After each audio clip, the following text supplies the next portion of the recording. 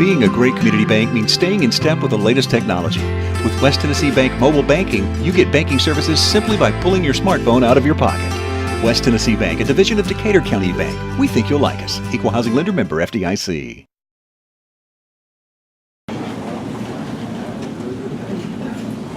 First item on the agenda are the minutes. Are there any corrections or amendments to the minutes?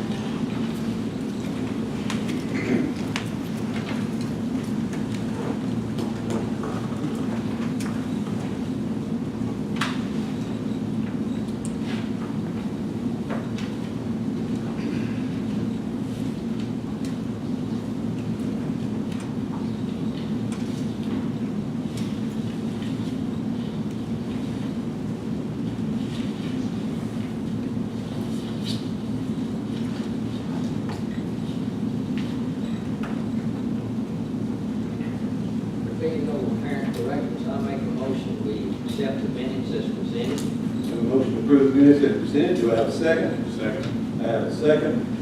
All those in favor signify by aye. Aye. All opposed signify no. Motion carried. Next item on the agenda are accounts. There is no vote for current accounts. Do you have any question on the accounts, on the bills? If you do, please give us the numbers and we can cover it.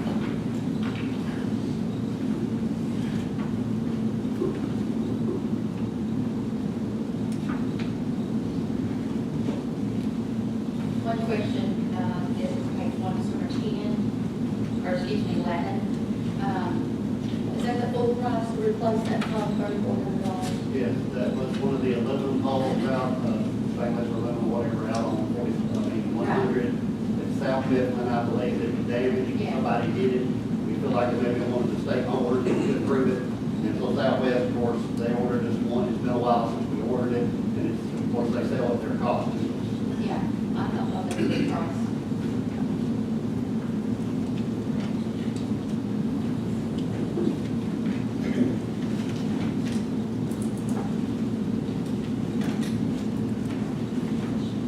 Any more questions on the bills? Okay. Next item on the agenda are delegations. Does anybody would like to address the board on any item on the agenda or any item concerning city business? We ask that you please come forward, give your name and where you live.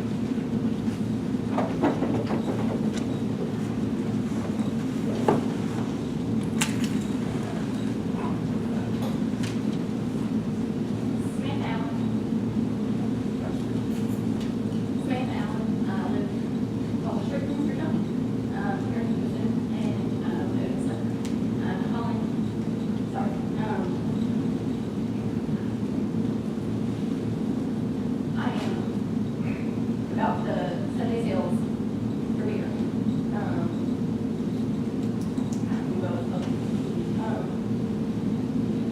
Yeah, I can do it as about free. So, when the governor signed the bill to pass Sunday sales for liquor stores to be open, it includes everything that I sell, which is liquor, wine, beer. He will not say, hey, look, this is beer sales only. So it did not open it up for C-stores, which we also own. So we are currently the only place in town that can sell beer on Sundays.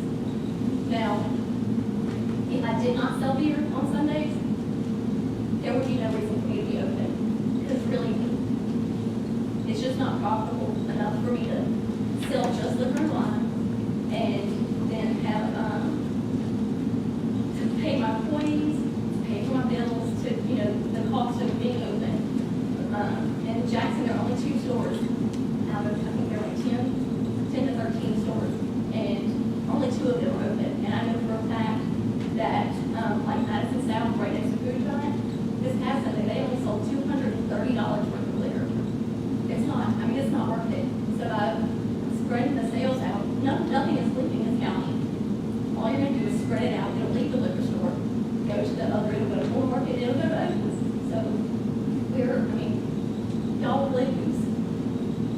The liquor sales that I won't be able to afford to open, they'll go elsewhere. And that's 8%. 8% of tax money that I pay on items that I buy that go straight to the city. And then the 2.75% that y'all get on sales tax.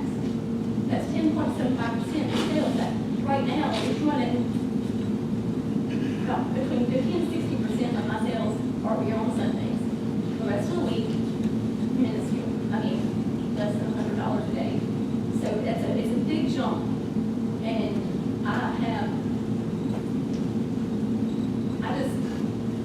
I understand where everybody else is coming from. I do. It's like had the liquor store not been here and it's not been passed, this wouldn't be even up for a discussion.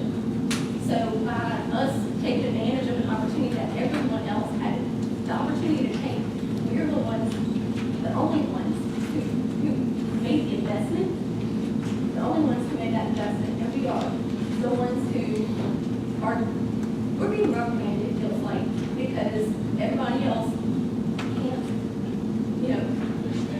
can't, and take advantage of the opportunity. So now, it's fair's not fair. And it's not business, and it's not personal, it's business. I can't, sorry, I would like to ask y'all to vote no to Sunday sales. The money's not leaving the county. It's not like we're losing those beer sales. They're not going to Selmer. They're not going to 5 Points. They're coming here, and that's going to stay in our county. Yes, sir. Before you opened your business, Yes, sir. that was before Before the moratorium. that went into law. So you didn't know that you were going to sell beer, No. but you were still willing to open, knowing that you wasn't going to sell beer. Yes. How much of sales Sunday, Sunday is now. how much sales are you getting on Sunday? Approximately. It's my third busiest day of the week. It goes Friday and Saturday and Sunday, and it runs on a slow Sunday. Are you talking about my beer sales? Yes, beer. Beer sales, it runs anywhere on a slow day, 50% to a really busy day, 60% of my sales on Sundays. And that's, if I were people, if it passes, then all of my sales are going to leave, because nobody goes to the liquor store to buy beer. Unless there's nowhere to go. That they don't think. It took 3 weeks for people to understand that I had beer. Period. They've been customers. They just don't walk in the beer cooler and look and see what I had. And so it took a while for people to understand, that it was even an option, because that's a fairly new thing, having beer in liquor stores. And it was, But you didn't know you was going to be allowed to do that when you opened the no, store. sir. No, You that didn't know, was, that was, that was a off complete limits. surprise. All of that was a complete surprise. But It was if business it really happened- fell into my lap. business happened, you want to take advantage, and you want to be the only one to sell beer Yes, sir. on Sunday. On Sunday. She's got a big basement. And that's what Well, she said. I can't, I've opened business in my lifetime, Yes, sir. and it costs a lot of money. Yes, sir. And I'm pretty sure that you knew the cost, that it was going to cost you before you ever got into this, how much money you was going to spend. And I'm sure that you knew that you was going to be able to make your payments in a whole. Eventually. This. I don't think this one day of beer sales is going, It to will hurt you. complete my beer sales. if it hadn't went to pass, then what would you have done? Continue on. But now I know, we had no idea what my beer sales could do. Because before, even during the week, it's nothing. Like I have, We just don't understand why the city wants to knock us down whenever if we're being successful with business, why are you gonna reward the ones that are complaining because they didn't do theirs? That's not my point. That's not my point. My point is, if, I don't drink beer. If it's left up to me, it wouldn't be none so much of that. But, it is, but, what's fair is fair. And, I said from the get-go, I said, well, this is gonna be a problem, because the ones that can't sell it, they're gonna be wanting to sell it too. And so, what are we gonna do? well, we're up here, or I'm up here I was elected by the people of the city. It's not what I want, not what I like, it's what is best for the people of the city. That's who I represent. But and that's Is part of that what we're revenue, saying, that is revenue it, are from the there liquor, revenue for the everything city? lives. One of your main jobs? Sir? How much revenue you can earn for the city, earn in that part of your job? Well, the revenue, I mean, it's also, like beer sales, they're gonna stay here. They're gonna even out between the 4 stores, or 5 stores that we sell here. I'll lose a majority of my Sunday business and close down on Sundays. I'll just go back to the rate list. That will mean, like right now, I'm selling about $1,500 to $2,000 of liquor. That, anybody know what 8 would be? Roughly, I mean, that one day is, it runs, I mean, it's, but that's that revenue, that plus the 2.75%, that it won't be there anymore. That's money for the citizens, for the parks, for the library, for things that my family enjoys, to keep downtown beautiful, to bring people to our area, to make it possible. I'll be glad to say it. I'm Julie Ross, and I live in Cedar, Tennessee. I'm a school teacher, and fair is not fair. Because when Sam and Robert got the liquor license, it is a totally different beast than a beer license. And the state saw that the risk and investment that they were going to take, if you didn't take advantage of that, you're not going to have an opportunity for 3 years. Let them get on their feet. The state recognizes it. We need the city to recognize it. Because I've been before this beer board before. My maiden name is Odin. My mom and dad had Odin's 15 years before I had Odin's. I had Odin's for 10 years. They've now had Odin's for 10 years. We've had this business 35 years in Chester County. And if I'd come before this beer board when Jim Barlow was on, and I said, hey, we want to sell beer on Sunday, what would y'all all have said? No. So guess what we want you to say today? No. And go with the state and give them a chance to get on their feet. We want them to succeed, like I want my students to succeed.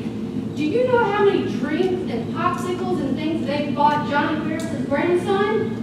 He read over 1 million words this year. Every time he read 100,000 words, they gave him a treat. You think anybody else did that? Has Freed Hardeman ever asked y'all to give him any money? Yeah.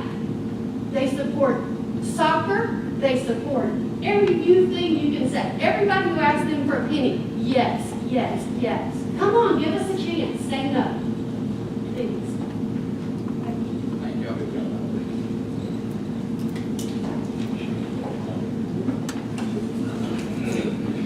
Thank you. James, sell cigarettes under the college last meeting, and they have mentioned that they have an investment I have also, mortgage finance, start on it. I bring in revenue, and I have seen my Sunday sales on cigarettes, because I don't sell beer on Sunday, so I have seen my cigarettes and tobacco products cut in half. My revenue, people that run the town who have a 6-pack of beer and a pack of cigarettes are going to run into the Owens convenience store and the looking for beer. So I have seen a big hit in my sales, my revenue. I pay employees, I pay insurance, I pay everything, I pay everything on the house. I won't sell beer sales. I want a little piece of that. I'm not going to get a large piece. I don't even order a lot of beer. No, I don't drink much of that. I do want a little piece of that. Beer is being sold on Sunday, and I think that anybody that holds a beer license deserves to be able to serve beer. I think some of y'all think it's fair. I've spoken to some of the things that we think is fair.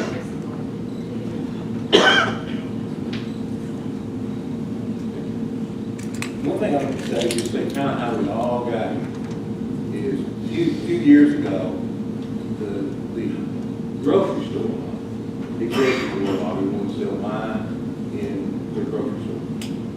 And what happened during that negotiation, everything with the liquor stores and everything, of course, at the state of Nashville, was that they allowed liquor stores then to start selling beer, lottery tickets, getting another night.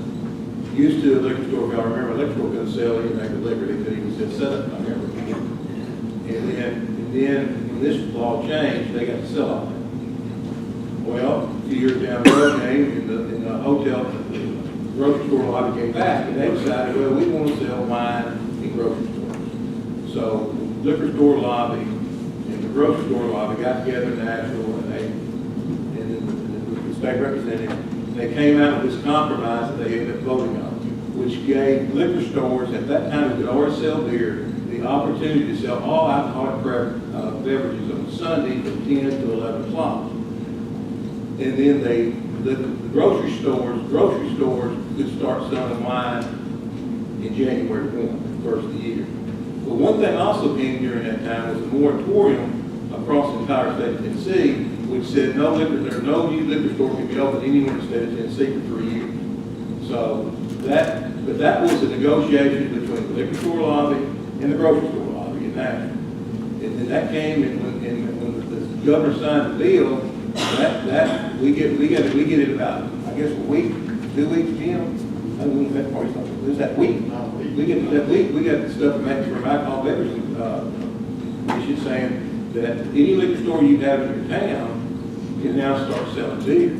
Where we messed up, where we figured during all this negotiation is all this happened at the last minute. I honestly thought, if you remember,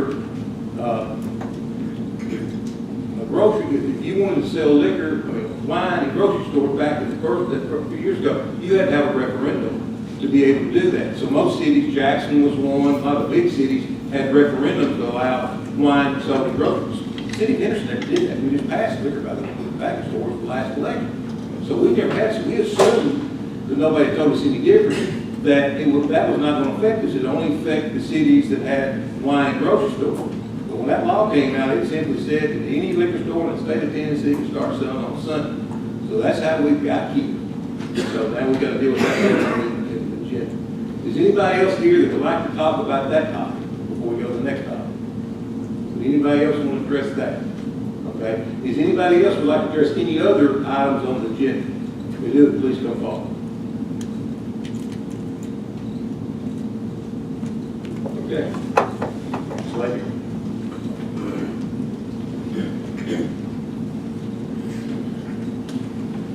I think I was here at the last board. Yes, ma'am. My name is Gordon Thomas, and trying to get things in the church club.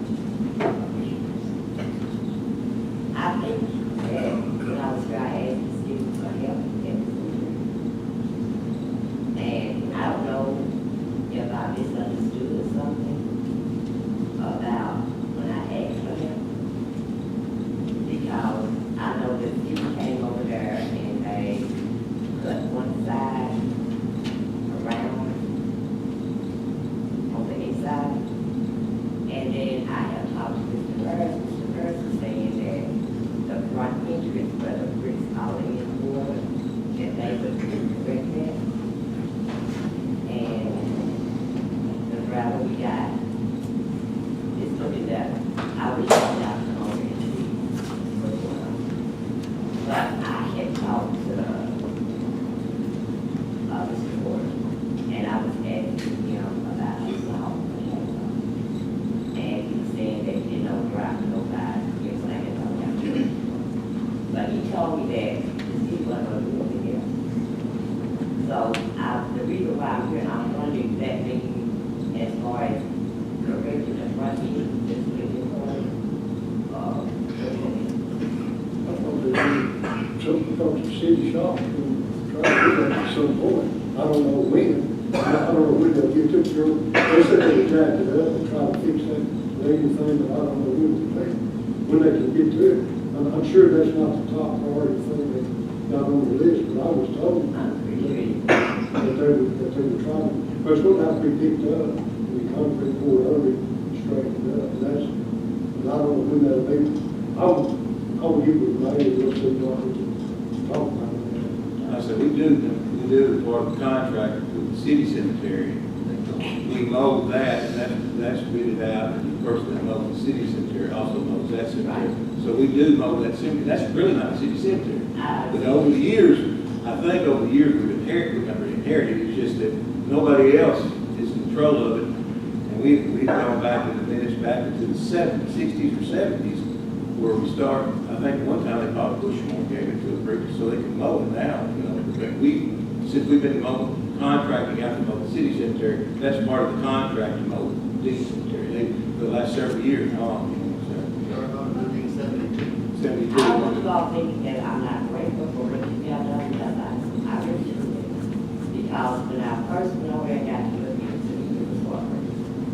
You know, to see that all of these limbs, all of this litter, and then all this stuff that they put up. But thank you for everything you got done. We'll fix, that's an issue that I think Carter, Vicky, I think Vicky and I is the one that's looking at it, just trying to put it together.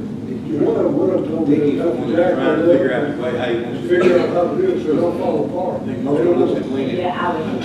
They don't Lean want, the group and start jacking, I think the piers are all breaking apart. they don't want it to fall apart, they Yeah, want we're- to make sure to pick it up the right way. That's what I was, last thing I was told. And I'm sure they're still, you know, thinking about it and figuring out how to do it. And, you know, like I said, it may not be the top priority thing on their list. I would see if I could check somebody up and give them later. Thank you so much. Is there anyone else who would like to address the board on any item on the agenda or any item concerning city business? Okay. Next item is going straight to our agenda. Consider resolution approving a 2% cost of living raise increase for standard pay for all city departments under our budget. This is what we do every year. We have a cost of living and it's a resolution. And this is part of the budget. We did over the budget, so I need a motion on the resolution if you choose to do the 2% cost of living. I make a motion to approve the cost of living allowance for 2%. Motion to approve the cost of living allowance. We'll have a second. Second. Have a second. Is there any discussion on the motion? Seeing none, since it's a resolution, roll call vote. Mr. Bell? Yes. Mr. Barber? Yes. Mr. Smith? Yes. Ms. Butler? Yes. Mr. Ferris? Yes. Mr. Manning? Yes. All members voted in favor. Next item on the agenda is item E, consider final action of the 2018-2019 general budget and tax rate, which is $1.05 per 100 excess value. At this time, I'll open up a public hearing for anybody who would like to speak pro or con on the budget.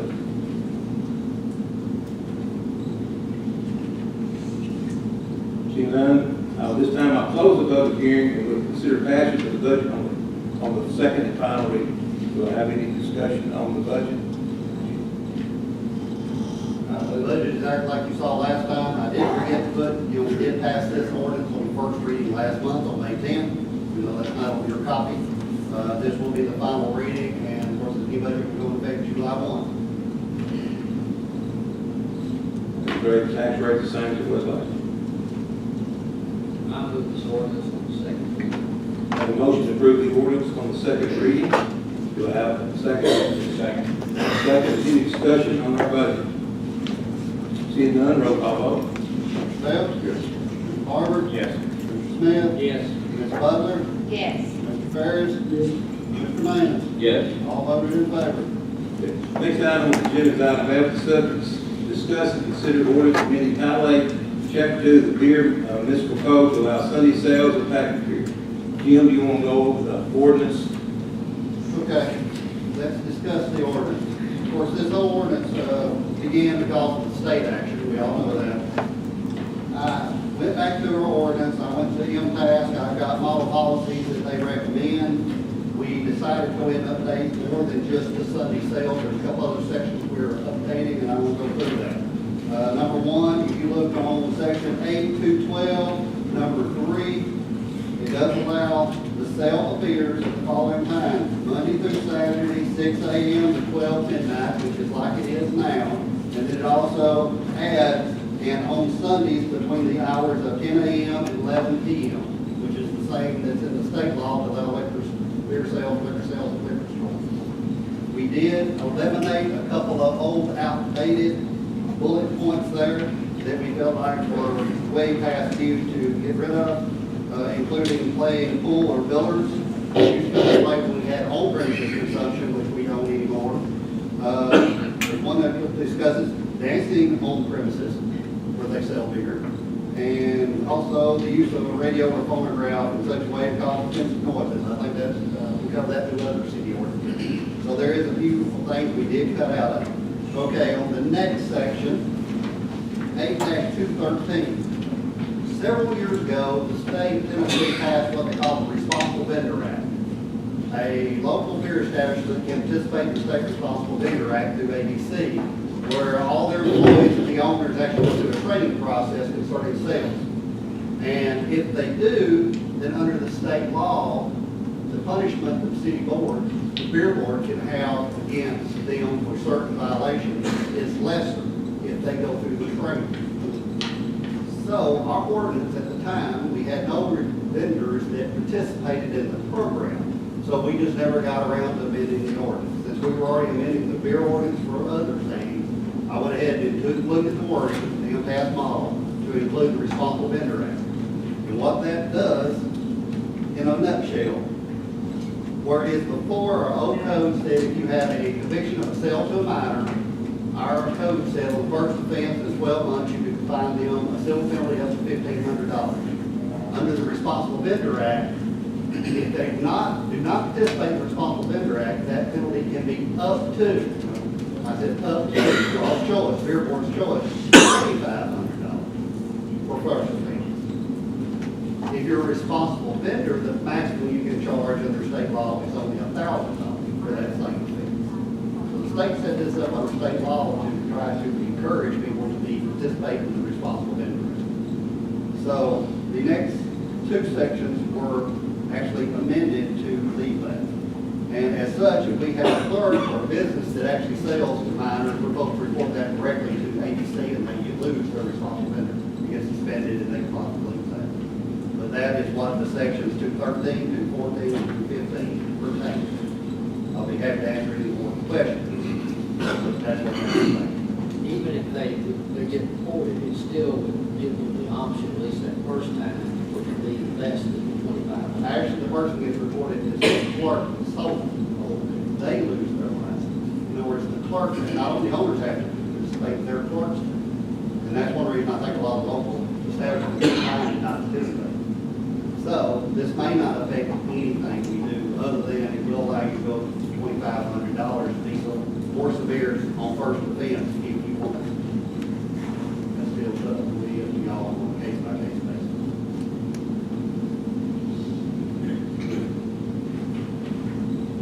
I give my 2 cents on it. Citizens of Henderson voted in the election. Everyone had the opportunity that was to participate. Financially able, you can do it. Beer sales or liquor sales and things. Never ever talked about it for the city of Henderson. Nor would I ever voted to sell beer and liquor in Henderson. So the state themselves decided to voice their opinion, stick it on us, and say, okay, you're going to sell beer on Sunday, whether you like it or not. Then ask us, everybody's here now, want to know how we're going to vote it. They'll ask us. It was mandated that there was going to be done in the city of Henderson. And here we have it. Okay? But what I will not do, because as a city alderman, I can control it tonight to where there's only one place that's selling it. Because I have nieces, nephews, I got a granddaughter. One day, this is what the world gets to. One day, you can't do without selling beer. One day. Little bitty small town. We have our issues, we have enough problems as it is now. So open up the gates. Can't go to get gas or anything else like that without somebody shagging around trying out here. My vote tonight will be no, just like it was with first discussion, because I really and truly, if I I had to vote tonight to sell it on Sunday or not, I would say no to that. So I'm willing to let anybody else sell it. Control it with one person, that's just standard.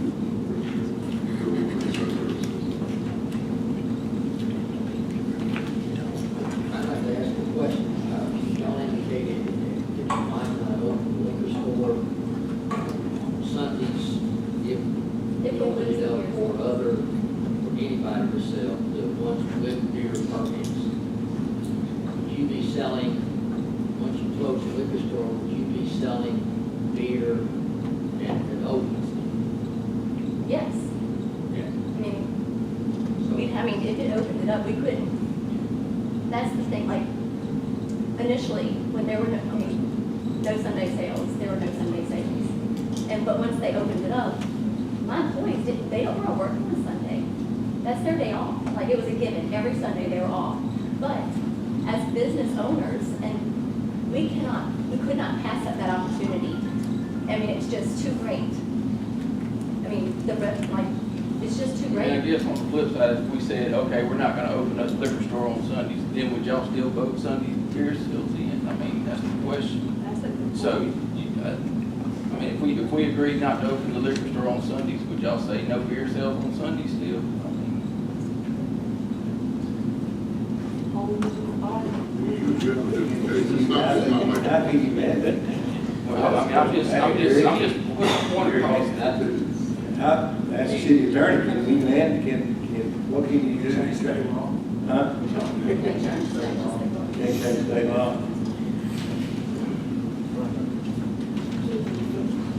In other words, No, wait, Mr. Smith. I mean, I understand you have operations for potential other liquor stores.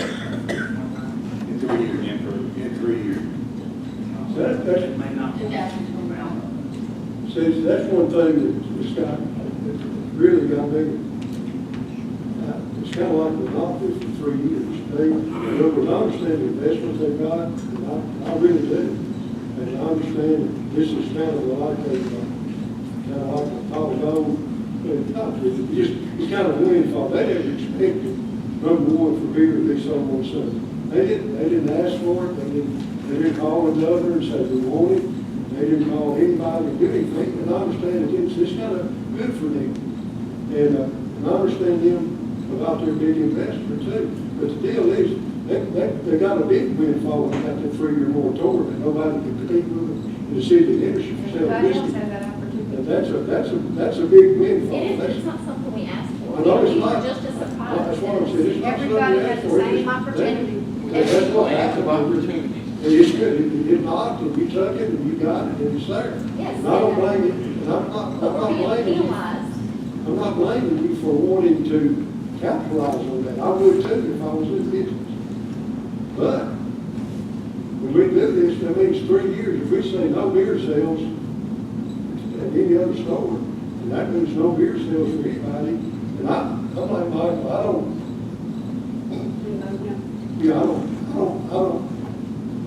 don't like what's going on, but I think other people may deserve a shot at making a little bit of financial gain. I don't know, I'm gonna hear this out, I'm gonna listen to everybody's. I didn't come with a preset determination.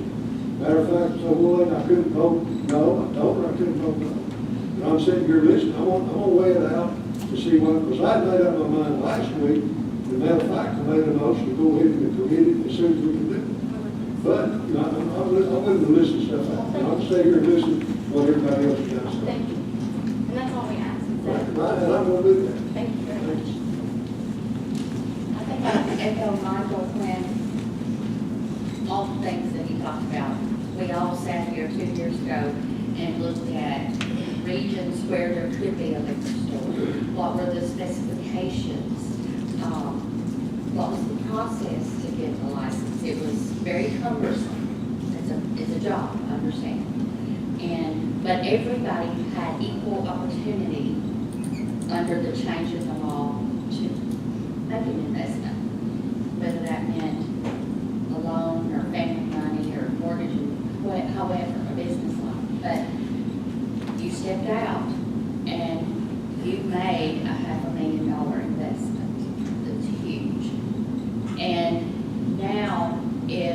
allow others to ride coattail on that, I think that's unfair to you. So then, is it unfair to you to not let you sell, you already sell 6 days, right? To not sell that 7th day? I don't, I think I've said this before, fair is in the, like beauty, it's in the eyes of the beholder. So, and this is business. I've never known when business is fair. You got something you weren't expected. And I'm sure, had I been thinking about opening a liquor store, I'm sitting here thinking, gosh, I wish I'd have done it because of this moratorium. So I am absolutely voting no when the roll call vote comes. I voted no last time and I haven't changed my vote. I've got a question. Robert, in this ordinance that's before us tonight, it references the Responsible Vendor Act. Are your clerks participating under that certification? The liquor store, Yes. The Liquor liquor store? store, we have to. the We don't have a marathon, choice. we're, We have one. we got one that's taking, and that's just because she's working at both Just stores. because she works about. Yeah, I mean, I think it's a good program. I mean, it's pretty cut and dry on what they expect, Well, I say it's cut and dry. There is, yeah, it's good training, I think, too. And that's the thing with, idea and practices at the liquor store. store versus how they are even next door, like, when it comes to the Responsible Vendor Act, if my store gets called twice, I lose my license permanently. The same thing for my employees. They, once they get the $1,000 fine, and then, but they lose their permit to sell liquor for a year. After that 1 month, they sell once. They lose their permit for a year. They're not allowed to sell liquor or wine in the state of Tennessee for 1 year. Second violation, permanently. You permanently lose your license. You can never sell liquor or wine in the state of Tennessee. That's serious. If I understand you right, that there's 2 different things we're looking at. One, the clerk, second offense, they cannot sell in Tennessee. But for the liquor store, second offense, Done. ABC shuts you down. Yes. I mean, That's what I thought that. And that's why we're so strict. I mean, you can come in my store 6 times a day, and I'm gonna card you every single time you come in my store. I get ID. I get ID. My employees know, it doesn't matter who you are, they get ID. It's their job. And now, and if it's not valid, if it's not valid, meaning it's expired, let's say you had a birthday 2 years ago, oops, you forgot. Or some people, they just have like an ID, and they just don't ever get them renewed. I have to turn them away. And they go, under state law, I have to turn them away, otherwise I can get fined. And then I'm in jeopardy of losing my business, and nobody's sell is worth my business. So they go down to Bull Market or anywhere else that sells beer, and they are not held to the same standards. So, or it's not. It's more just lax. It's more lax, It's not exactly. it's just So, more lax. I lose my sale, and then they go somewhere else, and they're like, oh, well, I know they're not gonna card me, so I'm not gonna go down there. What about And that's the your beauty of the clerks? Sunday sales, yes, sir. Are your clerks participating in the responsible vendor program? As far as getting certified for that, within that program? Sure. Jim, how many, I'm trying to figure the beer sales establishments, we have Hickory's, Little Market, Corner Express, and Discount cigarettes. Discount Cigarettes. Health Lodge, even though it's separate, because it's private club also. The corner express, is that what? Corner I got that. Discount cigarettes. So you got- we got some- Marathon, Bull Market, and South, Yeah. Health Lodge. The Elks can sell on Sunday anyway, but Yeah, they're they're private club, they're not private, under their they're PCA code. covered under But they the. do still have a city beer license. But they can't buy and carry out from them, so. Right.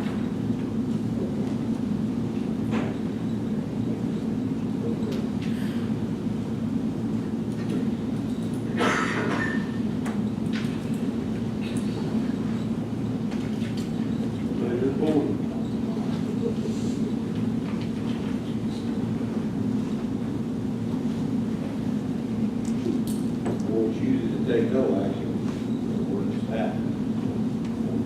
The board, how they do it. The board chooses to take no action on the ordinance, the ordinance passes.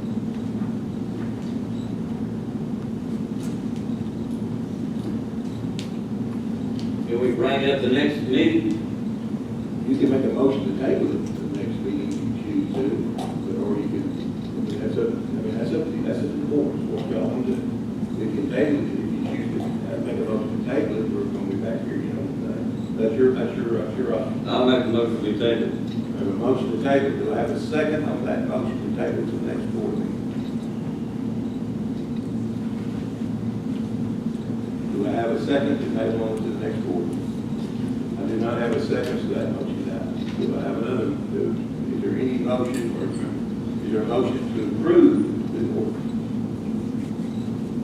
I'll ask one more time, is there a motion to approve the ordinance? Question. Can we modify this ordinance? Yes. Can you tell me how you want to modify it? I would like to modify it by removing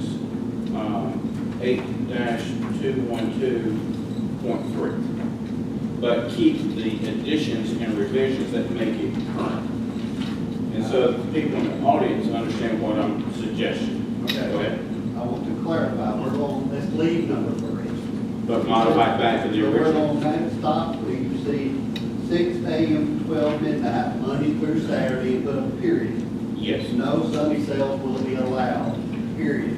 That way you're bending the entire rest of it, including the other sections, and you're still not allowing Sunday sales, which I assume you're going to keep. Right. And clean that. We're cleaning up the ordinance, Clean up the all the ordinance. vendor acts included, everything else is included, except you're still not allowing Sunday sales at all. Correct.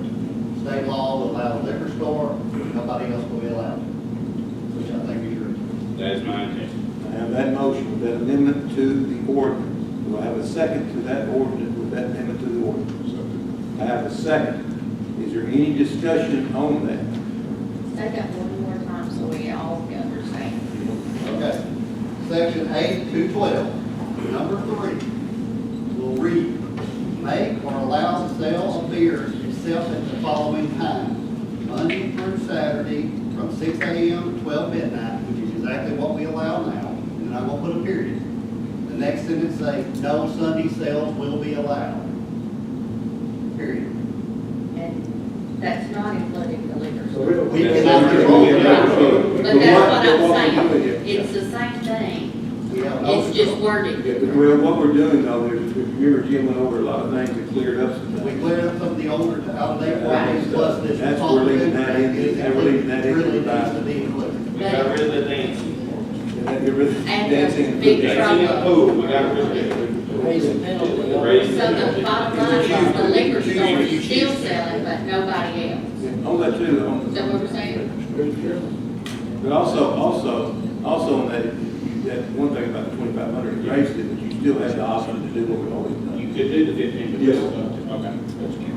So basically what we're gonna do is we're gonna amend the ordinance to where, they have the power to sell beer on Sundays, clean up everything in it. That's gonna be by the liquor store, liquor law wise, let them handle that, and everything's just, that's basically what I'm. That, Yeah. those that, And it's just, yes. anybody have any questions on that? It's the same thing. It's just saying, so, Well, so it's- the alternative, It's disallowed, if you don't understand that, It's like voting no. it's voting, it's just same as voting no, only one thing you got for. So you're voting. It's just Yeah, moving yeah, it would be the words same as your, No, you're voting, if you vote yes for this, then you're voting no. No, So All of them will be. as long as you understand that, Thank you. we're going to. Everybody, are we ready to vote? If you're voting yes on the ordinance, you're not voting for Sunday sales. Just make sure everybody's. That's what I want to make sure. everybody's If clear. you vote yes, you're not. Is the board ready to vote? Okay, so if you were gonna vote yes before, then you would be voting no for this. I know, it's just I don't understand. semantics. Remember the ordinance, Yeah, Here's what it is. Yeah. You're the ordinance, you can So why don't we just leave it like this and both Well, of we're them? trying to clean up the ordinance, that's what we got to clean up the ordinance, the old ordinance. we gotta clean it up. Yeah, the old ordinance is It's outdated. outdated, we're trying to clean up just the stuff over here says we do here. This makes it current, but keeps the restriction the same as it no beer sale on Sunday. He's cleaning up the whole, but So, stuff. it's just like dates. Are we ready to vote? Jim, What you all are saying is that there'll be no beer sales at all, and no bottle, correct? No. There's Except the always- local- We have except no the control local- over the except state. the local. That's Except right. the state law. So on Sunday, Oda be able to sell beer Under and the, wine and under the liquor license, not a liquor license. Okay, and not the others like gas station, nobody else be able to sell beer or nothing like that. They don't think they sell wine, I don't know what You that. have to go to the package store, you can't go to their market, you have to go to the package store. Okay, the package. Okay. Well, that's the moratorium, That's what which they is want to do going is 3 years. For 3 years, the state of Tennessee says, in any town or city in the state of Tennessee, there will be no more liquor store license granted for 3 years. So now, this could change, I guess, get enough people in here to, if this is passed tonight, you get enough people in here to allow them to change it, it's like anything else, you know. Government officials, yeah, if they can change their mind, they can go back and change orders. That's it. And the state can change their mind. Yeah, I guess we did order, I believe that. Yeah, I believe I'll make it clear that 3 years, these still, if the liquor store comes in, they can have Sunday sales, but the beer establishment still cannot. Still, yeah. Unless this board changes this ordinance at some point in the future. We're ready to vote? will you reread the motion, please? Just for Okay. clarification for everybody. I have a motion from Mark Arbor, seconded by Alderman Phelps, to pass an amended ordinance that is the same one that is in front of you with the following exception. Section 8-212, item number 3, will read, "To make or allow the sale of beer except at the following times. Monday through Saturday, 6 a.m. to 12 midnight, period." The next sentence will say, "Sunday sales are not allowed, period."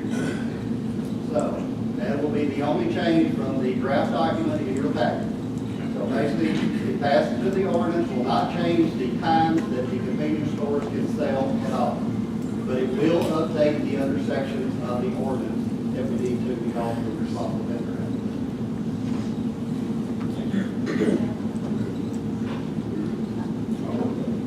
You ready to vote? Roll call vote. Mr. Phelps? Yes. Mr. Barber? Yes. Mr. Smith? Yes.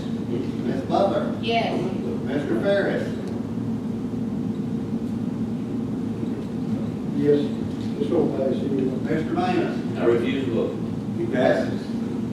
That's 5-1 with one pass. That ordinance carries on the first reading. We'll be back here in July to talk about it again. That goes back. We'll be back here in July to talk about it again. Jim, you'll have an updated. I will have an updated version of your package for next meeting. All right, the next item on the agenda is discuss and consider ordinance increasing water and sewer rates by 2% each year for the next 3 years. This is the practice we've done on indexing our water and sewer rates. So, Darryl, what is the increase will be about? You know, your 80-something cents or? Well, the minimum bill, it's only going to be, well, the total minimum bill of average household, we're only talking about 80 cents a month. Right. It all depends on usage.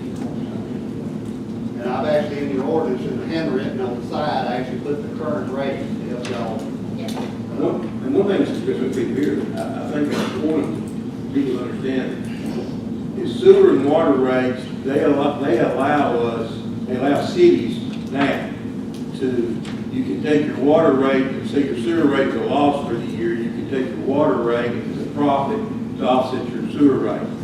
We don't do that. We try to make the sewer rate pay for itself. Because what's happened is a big push in the state to make the cities where the water rate stands alone, the water department stands alone, the sewer department stands alone. And the reason why, which makes sense, is we only have 2,500 sewer customers that's inside the city, and we got 40-something hundred it's out in the county, so it's really not fair for the county residents who pay a water bill to look at this more to subsidize the sewer department, which they don't use the sewer. So that's the reason that we make the sewer rate pay for itself in the operation. So I will entertain a motion on this, because we did discuss the vote. Yes, sir. One thing that people may not realize, both water and sewer are what they call enterprise fund, which means they must pay for themselves. We can't get money cannot operate water or sewer at a loss. Or the state will come in and set your rate for you. And that's the last thing you want to happen. So that's one of the reasons that we look at trying to do small increases as we go along, because it's got to pay for itself. None of the property taxes or sales tax or any of that can help fund the water or sewer. It's got to pay for itself. And to add to that, the city cannot take special funds from the water and sewer fund to help fund other police services, fire services, etc. It must stand on its own.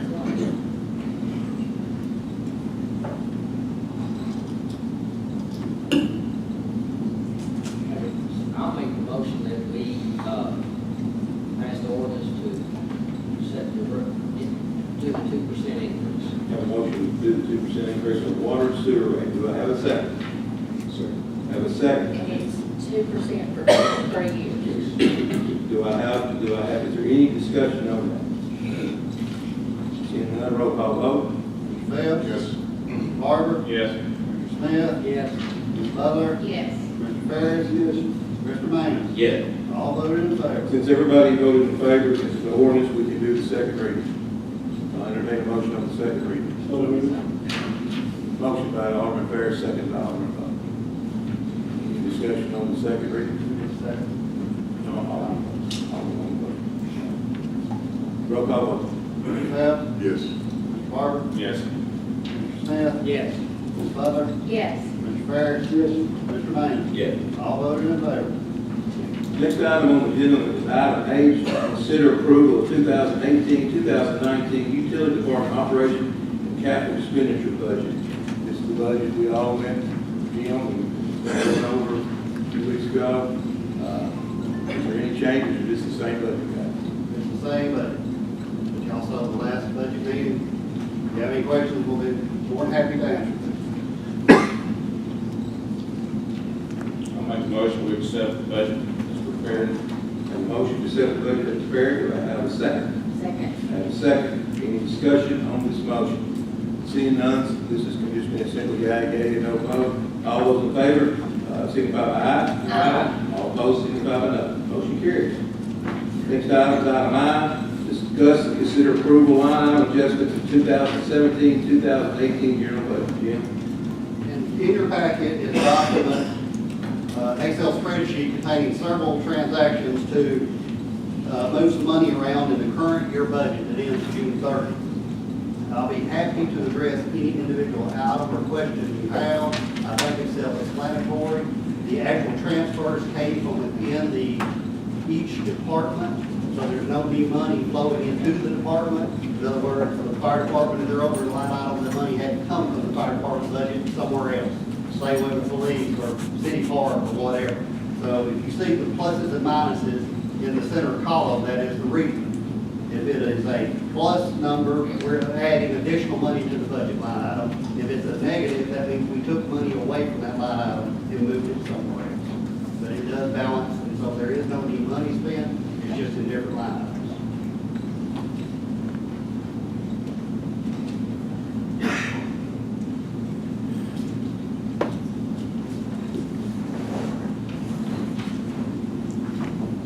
Move to approve the budget amendments. Have a motion to approve the budget. Second. Second. This is more ordinance, Jim, or this is resolution? This is just a straight motion. Just straight motion. Is there any discussion on the motion? One thing that, only discussion I would have is looking at the total number of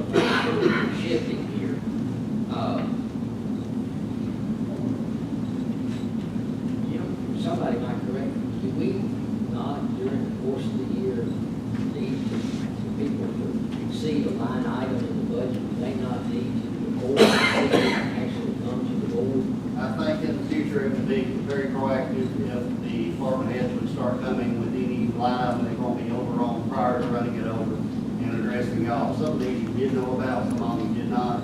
But I think it's better and be proactive with the board if they would ask department heads to do that before running over. I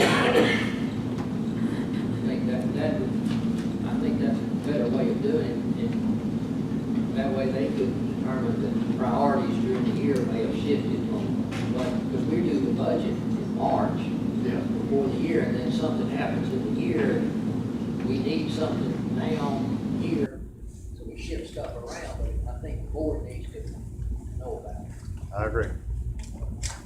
Motion second, any further discussion?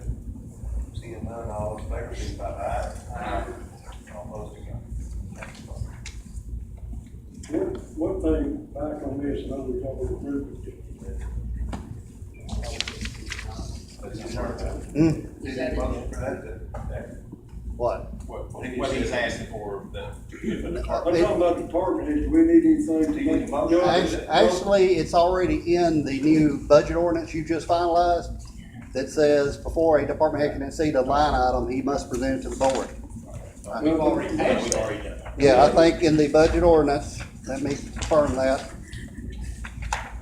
It is in there. Yeah, It is there. no department head shall exceed the line item budget without prior board approval. It is. One thing to go with that, I know we've been working on it for a while, is a purchase order requirement. Yes, To have a PO signed by you or the mayor or somebody before purchase is made, instead of going and buying something, and coming in with a purchase order and say, hey, I bought this, I need to get it signed. We need to really pay attention to that as department heads and,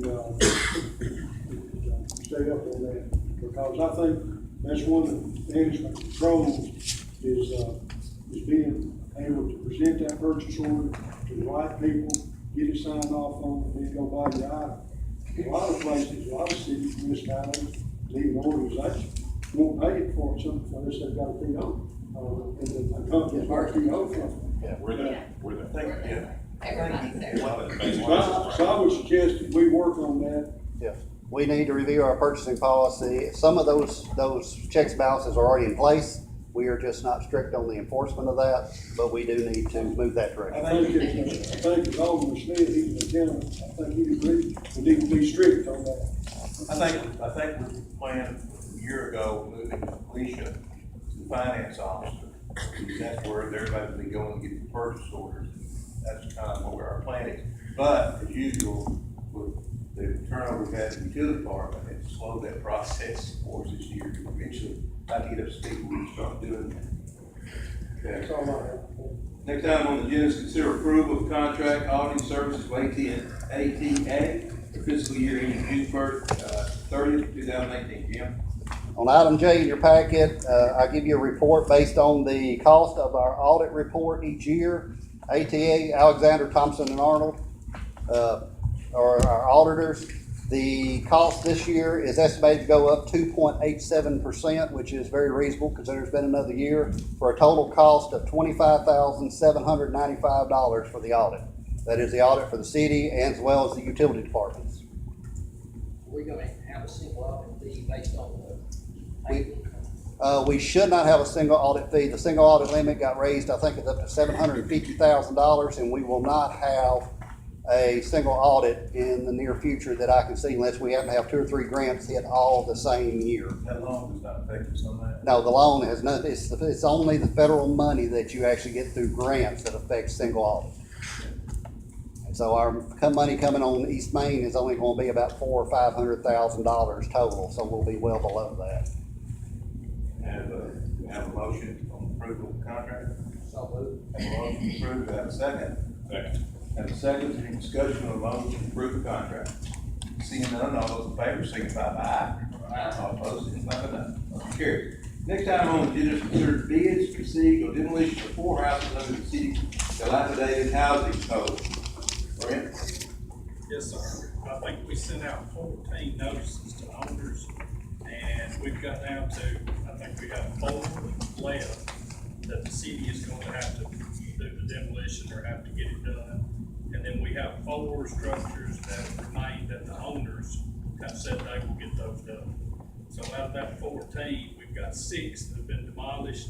We had 2 done on the grant program. We'll have 4 here that we do, and that'll leave us 4 more on the list for the owners to do. But we had 1 bid on this. We sent out bids to, I think, 6 local people that do demo, and we got back 1. So, and front office, the lowest bid. You need to address the fire part of that. Yes. Well, 2 things. Number 1 is we were hoping to have title searches and proper notice done by tonight's meeting. We do not have that done. The attorney's office, through transition, has not got the work done. I spoke to him today. He's hoping to have it by the 1st of the week. With that being said, we're still going to have to give notice to anybody that has an interest in these properties before we can make final tear down on them. But to address the other issues, so tear downs are not going to happen until after July 1 into the new budget. To start with, in next year's budget for building and zoning under demolition and cleanup, we only have $15,000 in the budget for the entire year. This is $15,200. So, with that being said, y'all have a couple of choices. You can go ahead and tell us to go ahead and do it. And once again, we're letting y'all know we're going to run over the budget by $200, which means we will have no money to do any more in the coming year. And still y'all appropriate more money. Or B, y'all could vote to go ahead and pay this group of demos out of capital outlay undesignated and say the $15,000 in the budget for the coming year to address other structures. But that is totally up to y'all, however y'all want to handle it. If y'all want to go ahead and proceed, that is. Y'all could say we're not going to proceed. That would be an option too. I think all these structures definitely need to come down. It's not a question. What was our final number in the undesignated, remember? 376, I I know it's magic number. We split the total, remember, we split the total. The total with board's discretion without an ordinance to amend is $172,600. And then we have another $200,000 that we designated as the rainy day fund that will take ordinance action to get to you. But you still could use that too if need be, somewhere in the future. But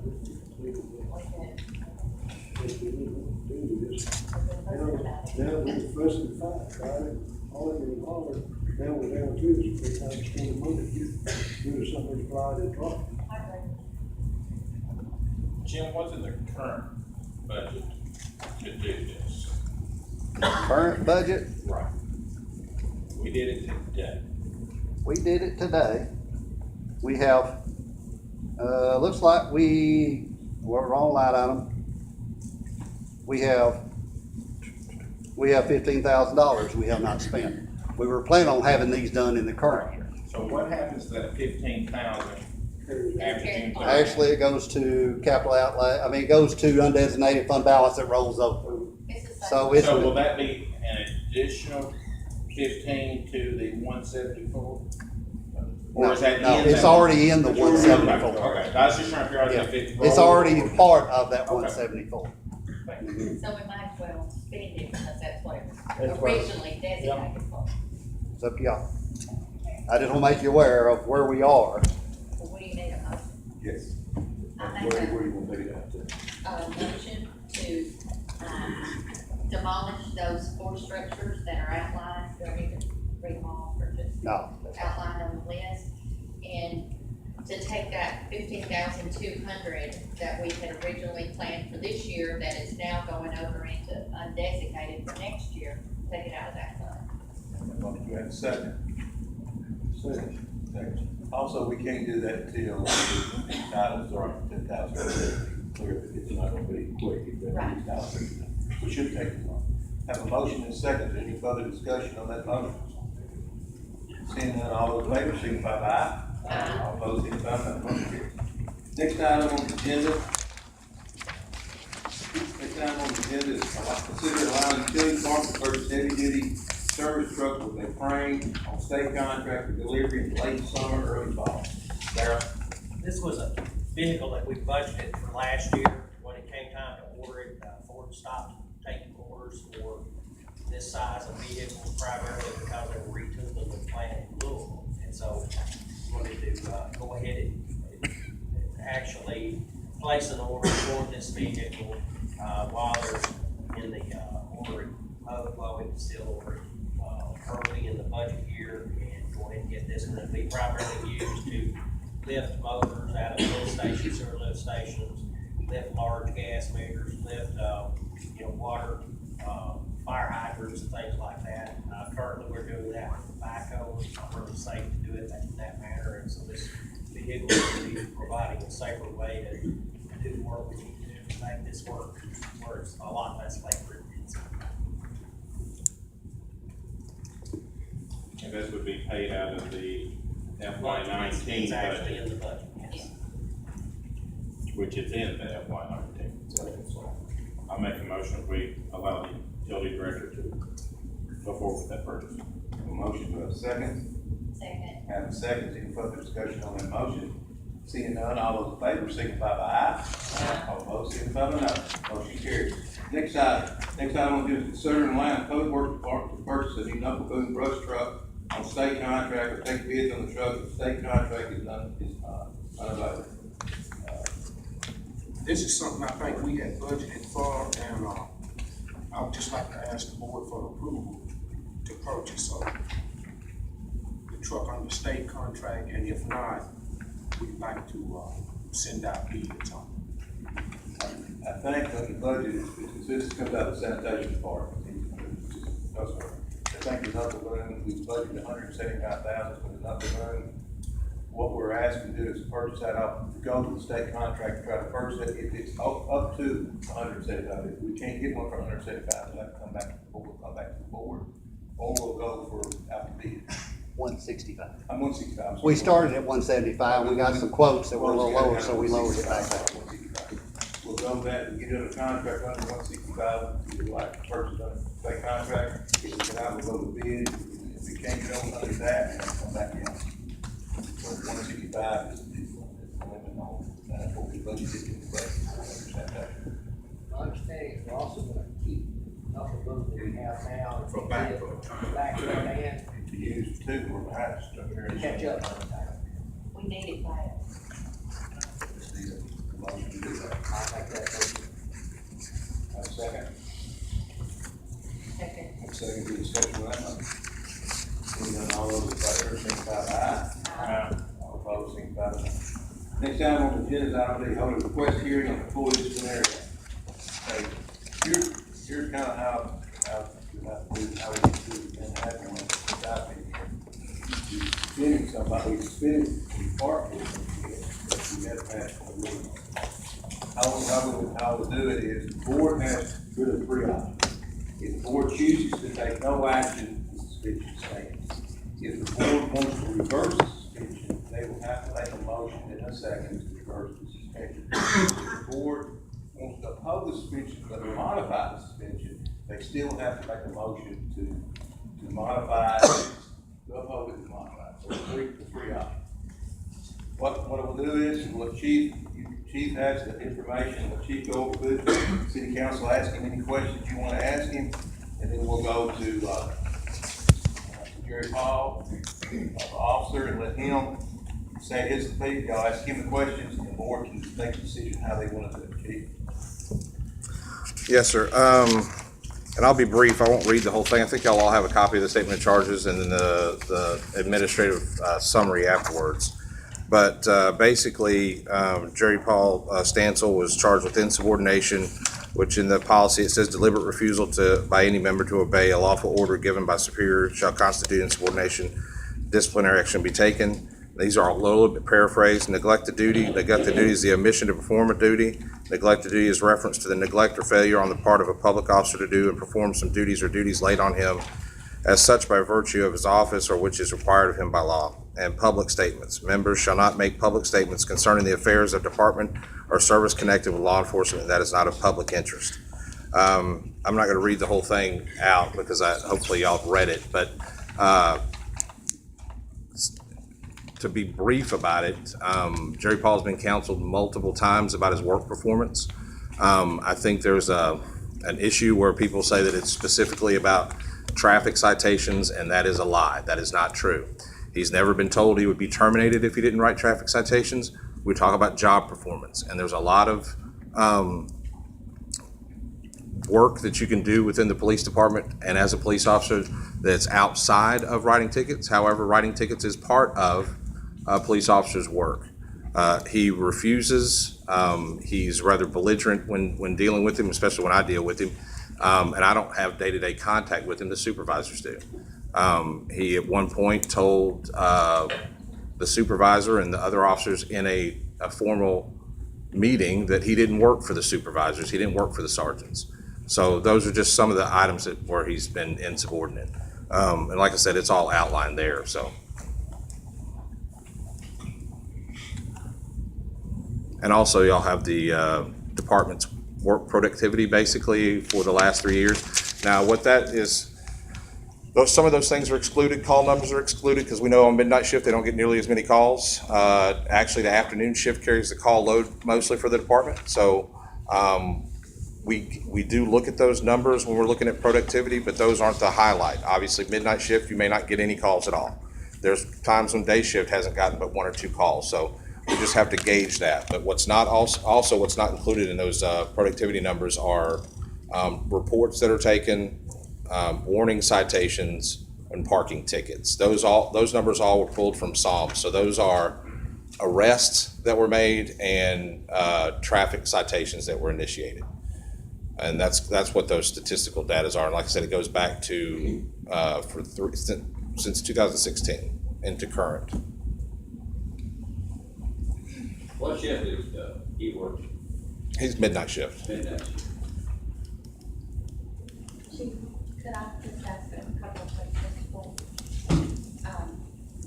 I have read it, and I guess if you could share some specifics on neglect of duty or omission of a duty, any particulars that you can share with us of what he Sure. neglected?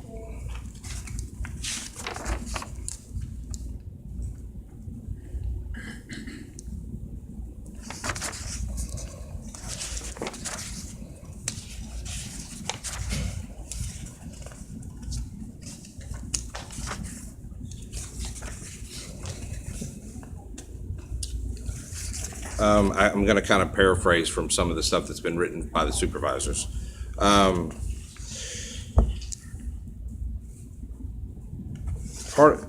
you said neglect of duty? Neglected or omission? Okay, so for instance, in August of 2017, Officer Stansel didn't write any moving citations. He only had 3 non-moving citations or parking tickets, and due to his lack of work performance in the month of August, he was issued a negative observed behavioral report. When meeting with him on September 16th at City Hall, Sergeant Stewart and Assistant Chief Davidson were all in attendance, and he was advised that he needed to pick up his work performance. Time and time again, he said that there's more to policing than writing tickets, and I'm well aware of that. I've been a police officer for almost 28 years. Part of the issue becomes that he's gotten to the point where he absolutely won't write a ticket. He's been sent out on the highway to write tickets just to see if we can get him to produce a little bit, and he'll come back after 2.5 hours on 45 during the day with no tickets written, or maybe 1 or 2 tickets written. So it's kind of like asking a worker, a factory worker, say, hey, I need you to move these 10 boxes over here. Everybody else is moving the 10 boxes, and he only decides he wants to move 1 because that's how he feels like his job performance is. So that's one of the examples. Hold on just a second. Of course, it has to be a lawful stop, of course. You can't just stop somebody. Yes, ma'am. Okay. So, I mean, sometimes people are not speeding, is what I'm saying. No, ma'am. People are always speeding, I promise you that.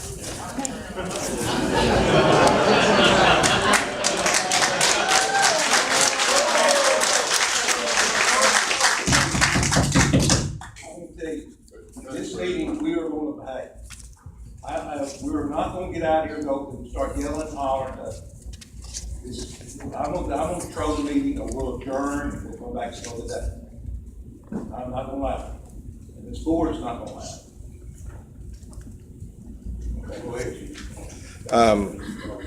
Now, to expand on that, I'm not saying everybody's speeding, but there's always people speeding on 45, even in the middle of the night. I have worked every shift at this city, and I've always been able to find traffic violations. And the thing is, the arguments about speeding. I'm not a big ticket writer when it comes to speeding. I think it needs to be done. It's part of our job. But our two best drug arrests this year have come from traffic violations. And that's an example that we have all the time. Officer Stansel was the former drug investigator, and I would think that he would be aware of that. However, during his tenure as the drug investigator, he made very few traffic stops. In fact, he made very few arrests pertaining to drugs since 2010 when he was assigned there. So when you ask somebody to pick up their job performance, when I came here initially and I ran all the statistics that I could find through Psalms and the other means, everybody was told that they need to pick up their work performance. Everyone picked up their work performance. Jerry Paul did increase his work performance, but it's still far below. It's far below average, and it's far below the numbers expected that we know that he could produce. There's a new officer on the midnight shift, and everybody says, well, he's the rookie, so he should be writing more tickets, and that may be fair enough, but he's writing as many tickets, arrests, self-initiated police actions that the afternoon guys are, right? So you've got people that are producing. It's not that it's not there. Obviously, it's there because the other officer on the shift can see that. So that's part of the disciplinary action that we're going to remediate. So that's part of the remediation part. Are there other qualifiers for job performance other than producing a number of stops or tickets? Arrests. Okay. Right. So he's not arrested people? He's arresting few. Some arrests are mandated. If we go to a domestic violence, you're mandated to make an arrest if you know who the primary aggressor is. So does he go to a So lot of those? I don't know how many domestic violence cases he's gone to, but I mean, if he's mandated if there's an aggressor. I mean, if that's there. So that's one arrest that's mandated. There are some, you can have some choices if somebody's going to calmly quit what they're doing and you can divert them and have them not do that, that's fine. All right, but you've got the sheet there. I mean, you can look at the numbers comparing all the officers. And I hate to say this, that the assistant chief and I have higher production now. Of course, Jerry Paul was off the first 3 months of this year, but the intent was to serve this to him back in December, but he was gone for 3 months on an injury. What about his file previously? Are there any documentations or did he just fall off? I can show his statistics since 2010, if that's what you want.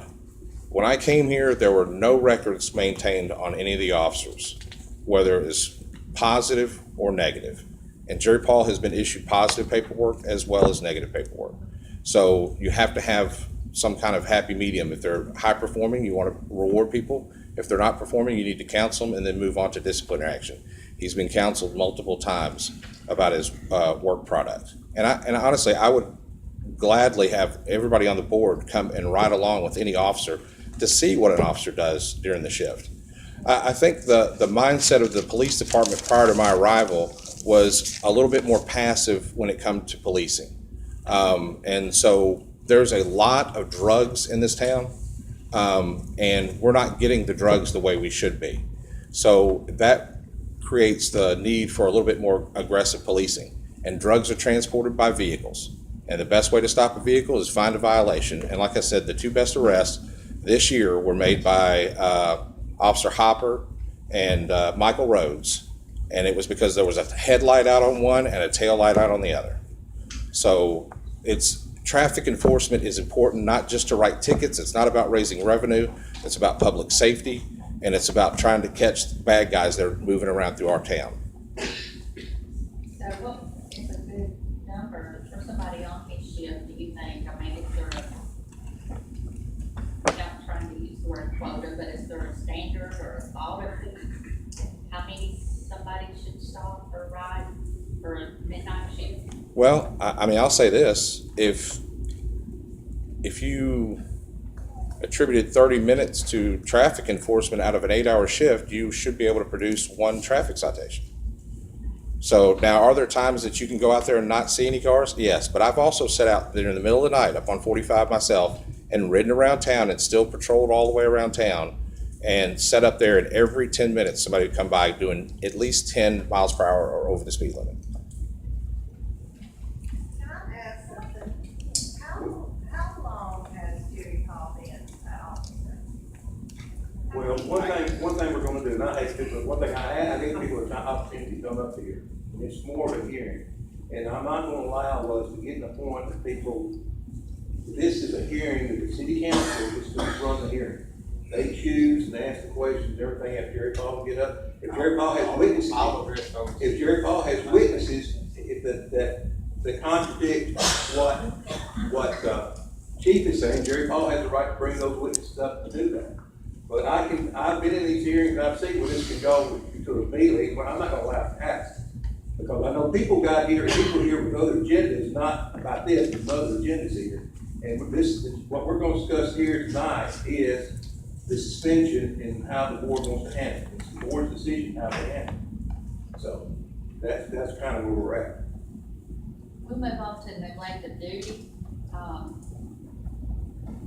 or, excuse me, some other statements that are made about intentionally engaging in false statements with, a businessman. Is that correct? Yes, ma'am. And that you feel that that's caused dissension It has. in the department. And do you have, did somebody come to you? I've had somebody come into my office, and also Jerry Paul with his body camera videotaped the conversation. Okay.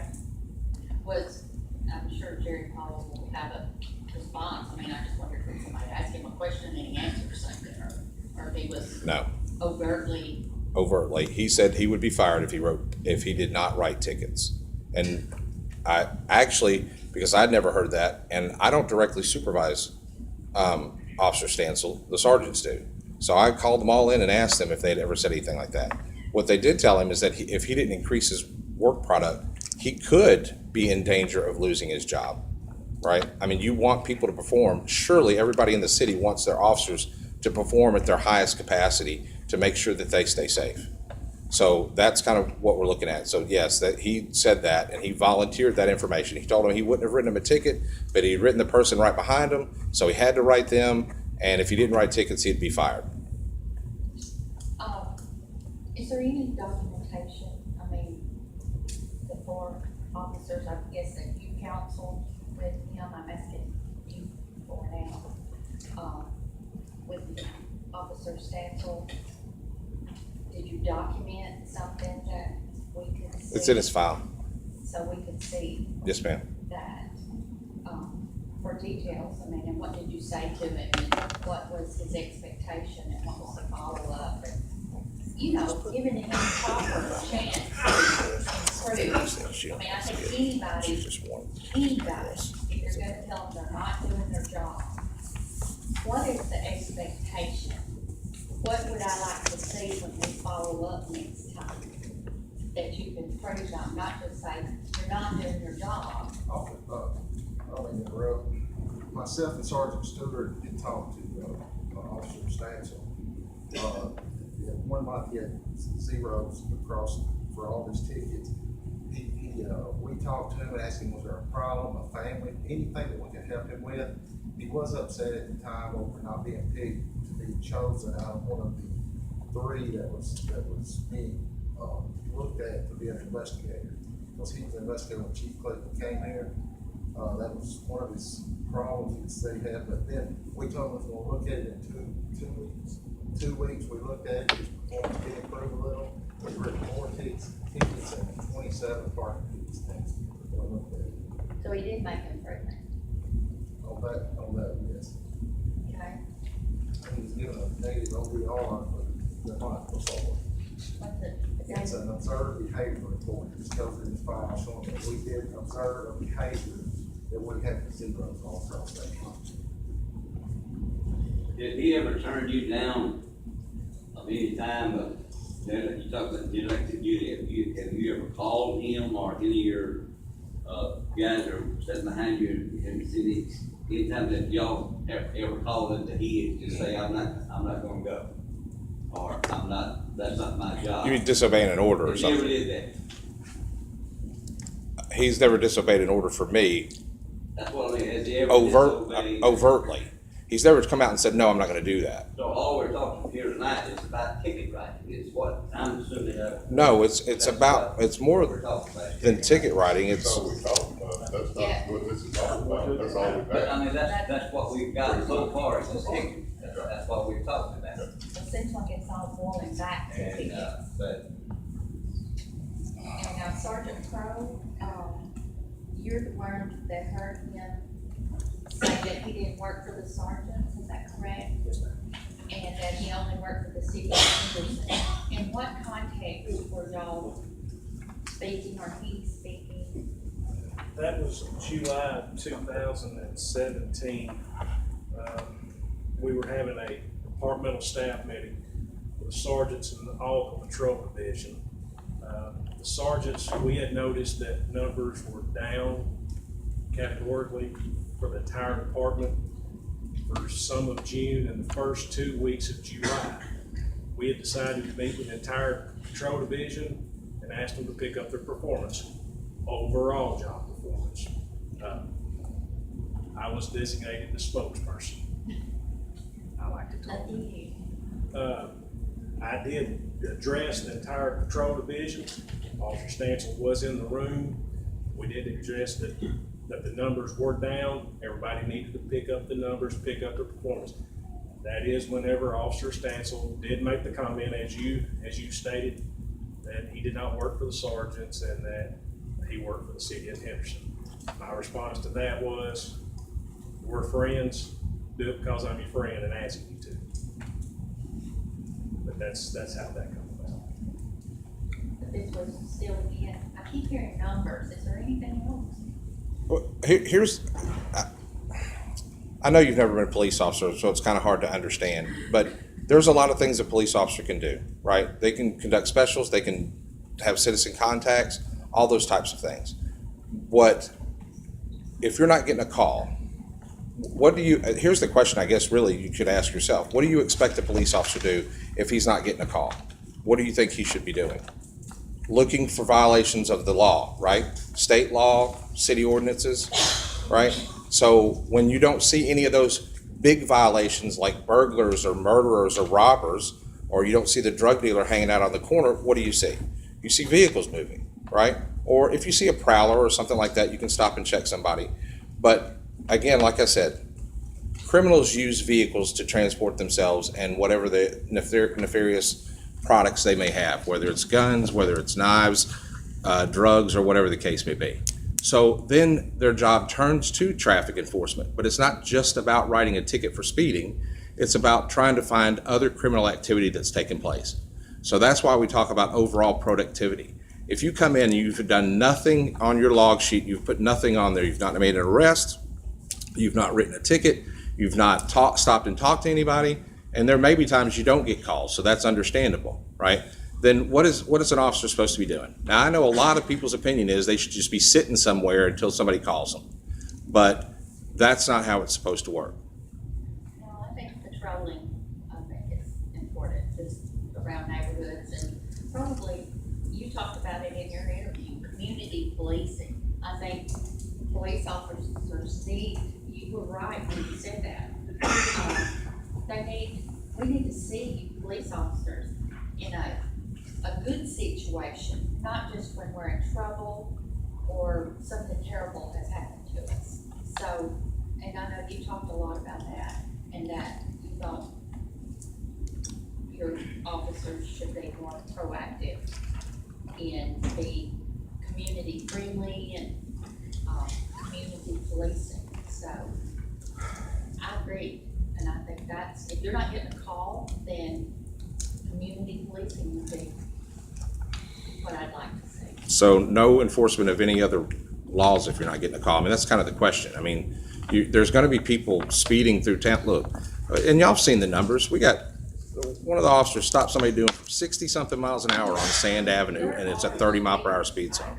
I mean, so all that stuff is going on, but here's the problem. If within the community, people complain because they happen to be the one to get the ticket and they don't think they should get a ticket. But it's okay to write people that aren't from the community. I mean, that's kind of not very fair response. You know, I mean, if it's one of those things, if you get stopped, now there may be times they have leeway to not write tickets. That's why before I got here, we didn't have a courtesy citation or a warning ticket. We created those because there are times and situations where a courtesy ticket is more warranted than a traffic ticket.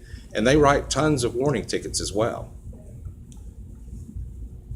So Chief, you think that your policy, see, you first got here to the job, did you make a lot of changes?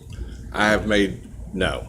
And there are some changes that need to be made. I've made no changes to the policies. These were all the policies that were in place before I got here, with the exceptions that are the ones that are mandated by law that were not in place when I got here. And those have to do with sexual assault victims and other stuff. It has nothing to do with any of the other things. As far as discipline, your officers, you feel that your policies, procedures for that is intact? Yeah, I believe so. Sorry, Sarah, what do you think, Assistant Chief? Your policy procedure pertaining to discipline, how do you feel about those? I think they're intact. They just, in the past, under other administrations, they never was looked at. Do you think they're fair? Sir? Do you think they're fair? I think they're proceeding. Do you think procedures are fair? As far as your procedures? Where do you say procedures? Well, I mean, there's no disciplinary matrix, if that's what you're looking for. Right. There's no matrix that says if you do this offense, you get this suspension or written up or whatever the case may be. No, we have no guidelines for that. That's totally up to the chief. Okay. So you guys are out there, you supervise. So when do you think that's for it, take care of all for them? You said you went to them about it zero, right? So why? Why did I go to them? Yeah, because you're saying that there's no, if I'm understanding it right, there's no policy, correct? That if So you if don't do that. Yeah, so if this guy is not, how do we know that he's not performing it? If you got no type of policy or procedure to say, you know, this is, as when I walk in the department, Jerry Paul had something to say that, hey, this is what I need to be doing on my shift from 6 o'clock to 6 o'clock. You know what I'm saying? I understand that. So we're saying we don't have anything like that. Well, I mean, the job requirement is going to vary from day to day. So, I mean, you may go a week. I mean, and literally, you could be so busy, you go a week, you don't write a traffic ticket, you don't make an arrest because you have an accident on 45 and you're stuck there for 4 hours. I mean, so it changes. And of course, we can't set standards as in you have to write 20 tickets a month or make 5 arrests a month because we don't know how many arrests. You may make 20 arrests a month, you may make none the next month. But it comes out as it averages out. And that's how we look at it. And in a year and a half, it's averaged out very poorly. Any other audience have any questions like that?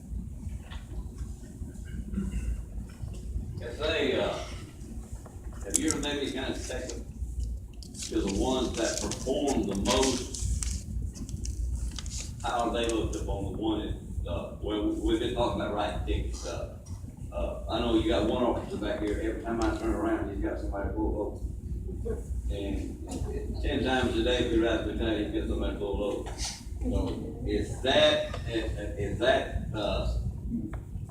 if he writes that many tickets, does he get a promotion or how do you look at that? I mean, what I'm saying is that how you look at stuff like that. I mean, if he's performing well, I mean, he may get some kind of positive paperwork, but there's positive paperwork, not just for performances like that. For instance, one of Jerry Paul's positive paperwork is when the fire on North Avenue, where they took the initiative to do some things and he got positive paperwork for that.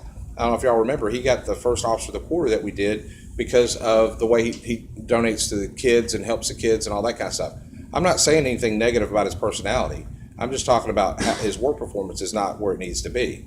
And so once you've counseled somebody for a year or so, then there has to be some kind of disciplinary action to hopefully get them back in line And I mean, we don't want to get rid of Jerry Paul. We want him to work, right? Jerry Paul is a smart guy. He really is. Problem is, he's one of the smartest guys on the job, but he leaves a lot of that knowledge behind because he's not applying it, right? So, and that's a problem. I'm gonna tell you, personally, it's frustrating for me to see how smart he is, and then he doesn't apply any of that to the work that he does. He could be very beneficial. He could be a shift leader, and I don't mean leader because he's writing more tickets than anybody. I mean leader showing the guys that he works with a lot of the things, his job knowledge that he knows, but he chooses not to do that, right? So it also permeates into his work productivity as well, where he doesn't do that also. So, but yes, if somebody's performing, then obviously, like any person that you have that does well in a business of any kind, you tell them that they're doing a good job. And I'll be honest with you, with more traffic stops, you tend to get more arrests, and you tend to get good arrests. Like I said, Michael Rhodes and Hopper, they stop one guy with no headlight, get a bunch of drugs. They stop one guy with no taillight, get a bunch of drugs and a pistol. So, I mean, it's about going out there and doing your job every day as a police officer. And it does slowly or kind of modify and adjust every day, but there is a certain level that you're expected to maintain.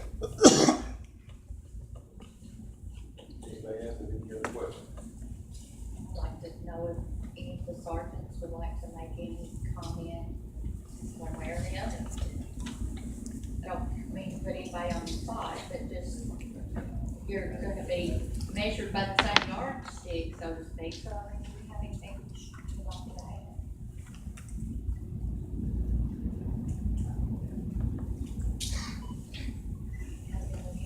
You're fine.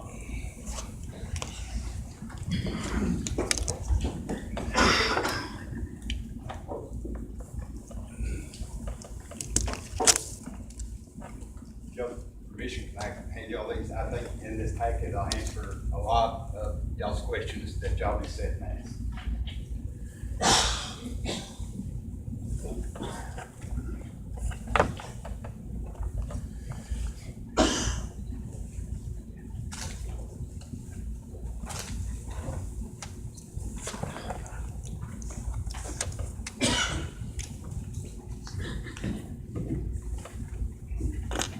Thank y'all for giving me the opportunity to appeal these charges tonight.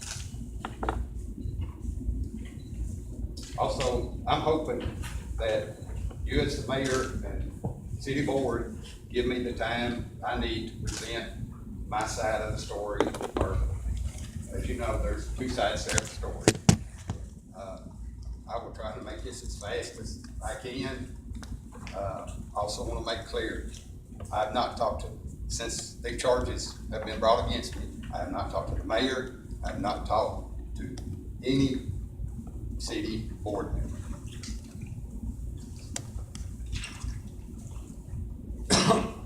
I've been in law enforcement for about 20 years now, 16 and a half with the Henderson Police Department. With the exception of the last year, I have never received a written reprimand or have been written up for any kind of disciplinary action to be taken against me. Never has my judgment or integrity as a police officer ever been called into question.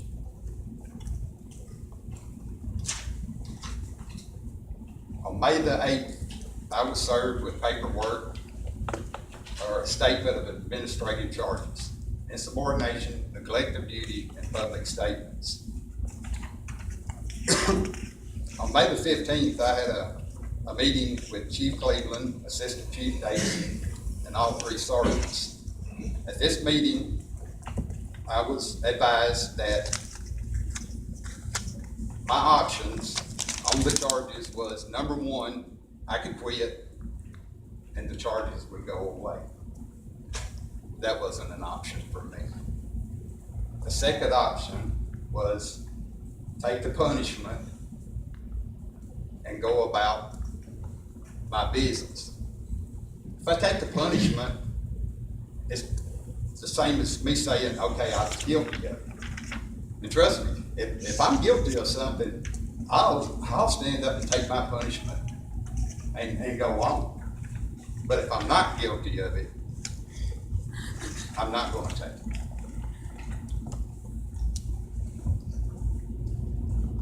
That pretty much takes to the third option, was the appeal. So that's why we're here now.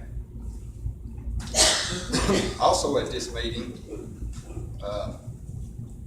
I did tell or make the statement to Chief Cleveland that I did not feel that I could get a fair and unbiased outcome on these charges. The meeting with the sergeants, the assistant chief, and chief. Chief is the one that broke me up. He had already decided that I was guilty when he wrote the charges up. And he sat at the head of the meeting, so nothing I could say or do was going to change the outcome of that meeting.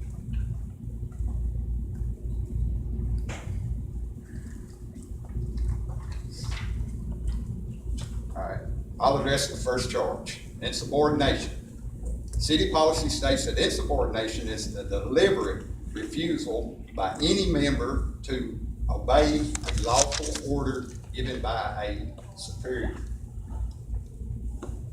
I think you heard Chief Cleveland admit that I have never disobeyed an order from him. If I have ever disobeyed a direct lawful order from the assistant chief or the 3 sergeants that are here, please stand up and tell me I have. That's the whole case, pretty much, for insubordination by the city's definition. Don't add nothing to it, don't take nothing else away. It's the deliberate refusal to obey a lawful order. I have not.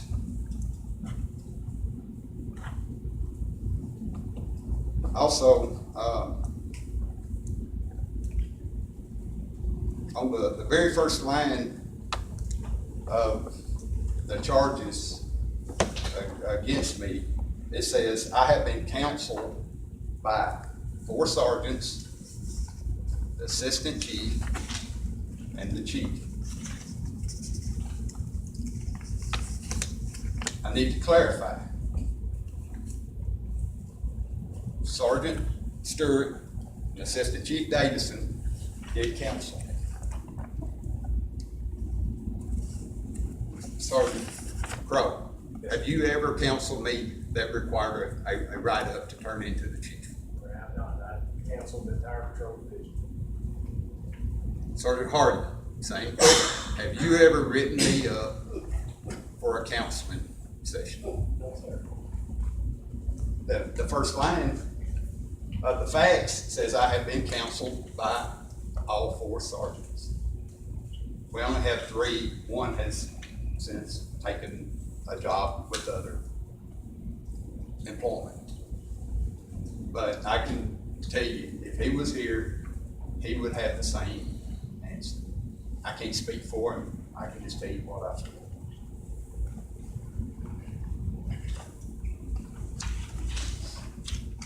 And like I said, the counseling of Sergeant Stewart and Assistant Chief Davison was together at one time, not numerous times.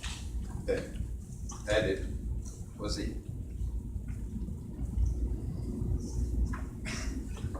As a matter of fact, I mean, look at the whole first paragraph in those, on that first page. Not once in that paragraph does it say that I disobey a direct order. That whole paragraph is for insubordination.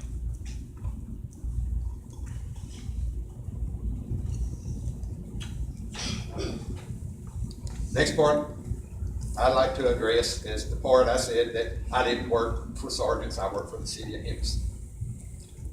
I didn't say it out of disrespect for the sergeants, the assistant chief, the chief, the board, or the mayor. Could I have said it better, a different way? Yeah. Only thing I would like to explain for that is every employee, doesn't matter if you're an employee of the police department, the fire department, the street utility, or employed here in City Hall. We are all public servants and ultimately responsible to the public. The public is the taxpayers, business owners, residents in the city of Henderson. That's who we owe an obligation to. That's all. Like I said, could I have said it better? Probably, but that's the only point that I was trying to make. That we're public servants and employed by the residents, taxpayers, business owners in the city of Henderson. I know the rank structure. I have never questioned the rank structure. I know who my supervisors. I know sergeants are my supervisor. I know the assistant chief is my supervisor. I know the chief is my supervisor, as well as the mayor and the board. I have never done anything to question that.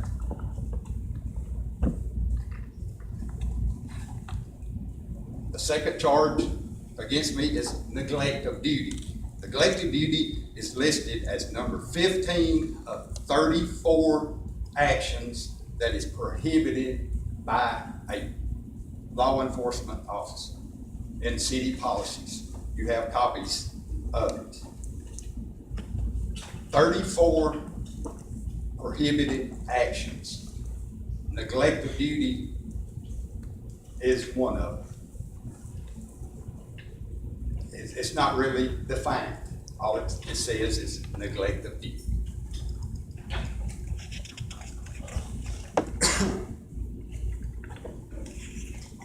The first line of the second paragraph in the statement of charges says that I've been advised to increase my traffic enforcement, in which I refused.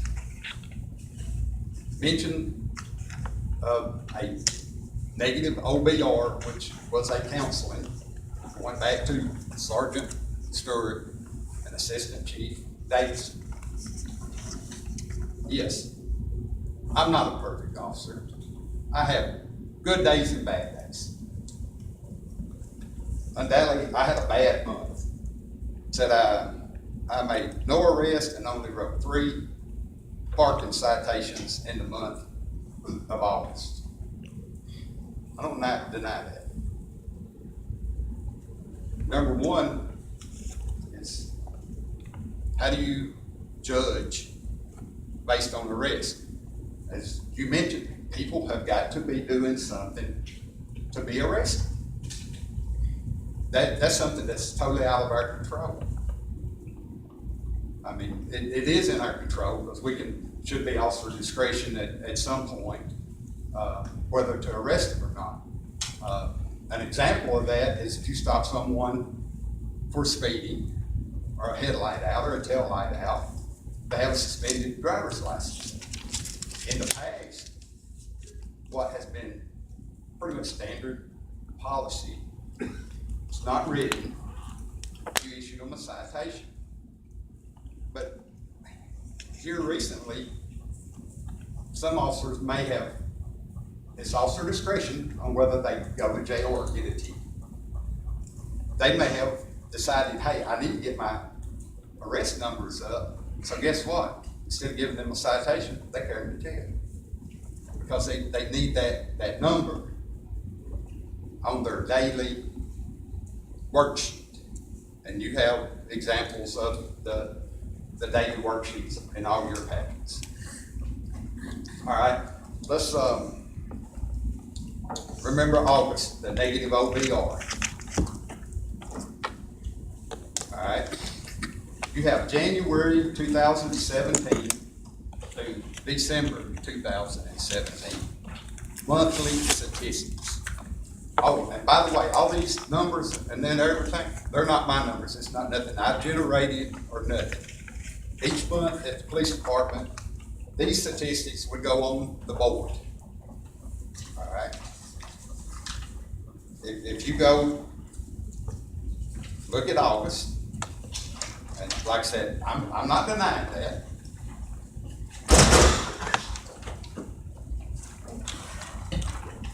Somebody's coming in. Okay, let's look at September of 17, the next month, after receiving the counseling, September the 16th, 2017, from Sergeant Stewart. Days worked, done good, miles driven. In 17 days, I done 1,200 miles. It was patrolling the city of Henderson. All right, had 2 misdemeanor arrests. Moving citations, I had 4. Non-moving, I had 27. Look at the other there. I had 3 courtesy citations, which is a warning ticket, 50 calls, and 74 specials. If you go to the next month, October, I only worked 11 days. I had 2 moving citations. I had 15 non-moving citations, 37 calls, and 44 specials. Now, specials is contact, if I check a business or say I check a suspicious person or a suspicious vehicle, or we escort a funeral or something, or, absent of being dispatched on a call. That is a contact, a citizen contact. If somebody flags me down and to ask me a question, I put that on my daily log. I had a citizen contact. November, 11 days is all I worked. Had 700 miles. Moving citations, I had 7. Non-moving, 4. Calls, I had 172 specials. That's 172 times during that month that I checked the business, I made a citizen contact, I checked a suspicious person out walking around to see what they were doing. That was 172 times that month. Out of 11 days. Out of 11 days that I had a contact.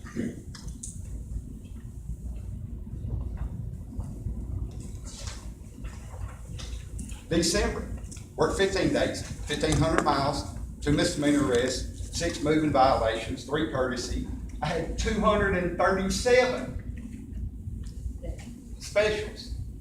And a lot of those, between November and December, I go into a lot of business, because that's when your robberies take place. So I make it a point to go in Fred's or any store that's open on whatever shift I am to walk around the store. Officer presence.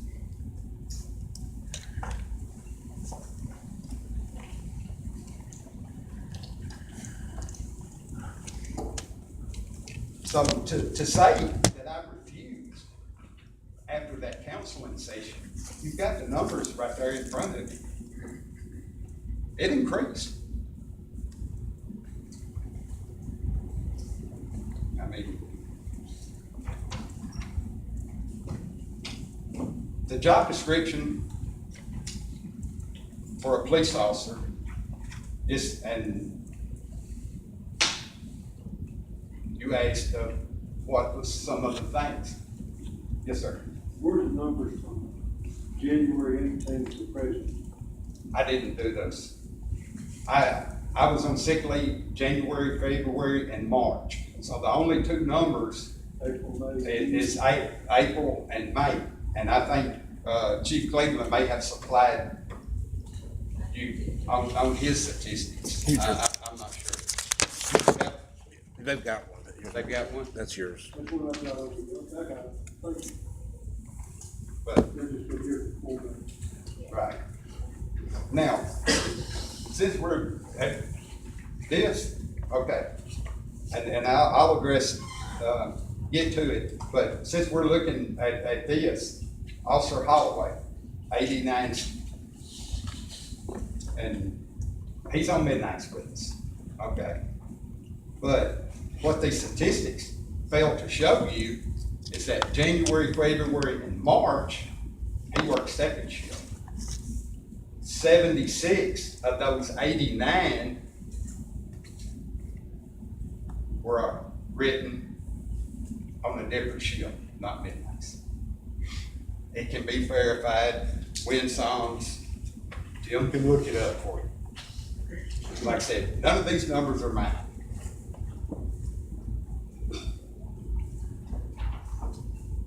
Anything else?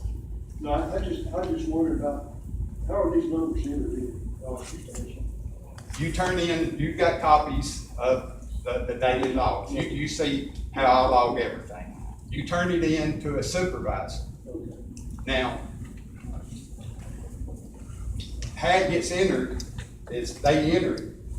All right, now, if, y'all can correct me if I'm wrong. If I arrest someone for driving on a revoked license and I carry them to jail, I can only count the arrest charge. So I don't get credit for the stop or the citation. But then they enter that in, the sergeants enter that in? They do. And Actually, the ticket or whatever you want, the arrest form that he uses, the clerk enters them, but that's how that gets entered. So any arrest or traffic citation, moving citation, or something like that that goes on gets entered by the clerk. It doesn't come off the camera card and... No, the other numbers that is on his log sheet get entered into a spreadsheet. That's a monthly spreadsheet. It's a manual entry. Correct. okay, I'd like to address that. Look, January 2017 on your running totals, and I don't want to put them on the slide. Also, one day here.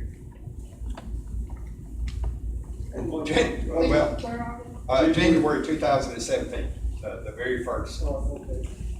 It shows Officer Puente with 16 misdemeanor arrests. Is that normal? Show you 16 arrests in 1 month? Not 60 arrests, no. Mistakes can happen. Numbers cannot get entered. And that was more like what? Well, you can look at through the monthly stats, mainly probably 2 to 3 arrests a month. That would be for the year. do I had 54 arrests total for the year. They don't have, yeah, 54. So every month it can vary.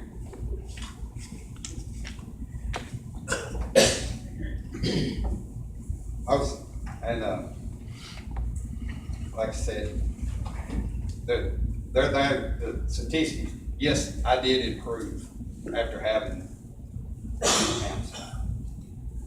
the proof's right there. Those are not my statistics. Also, you, in the packet there is, okay.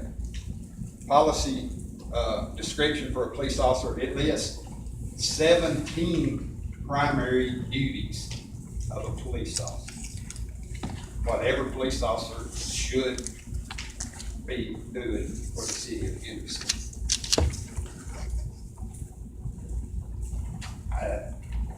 I do all of them.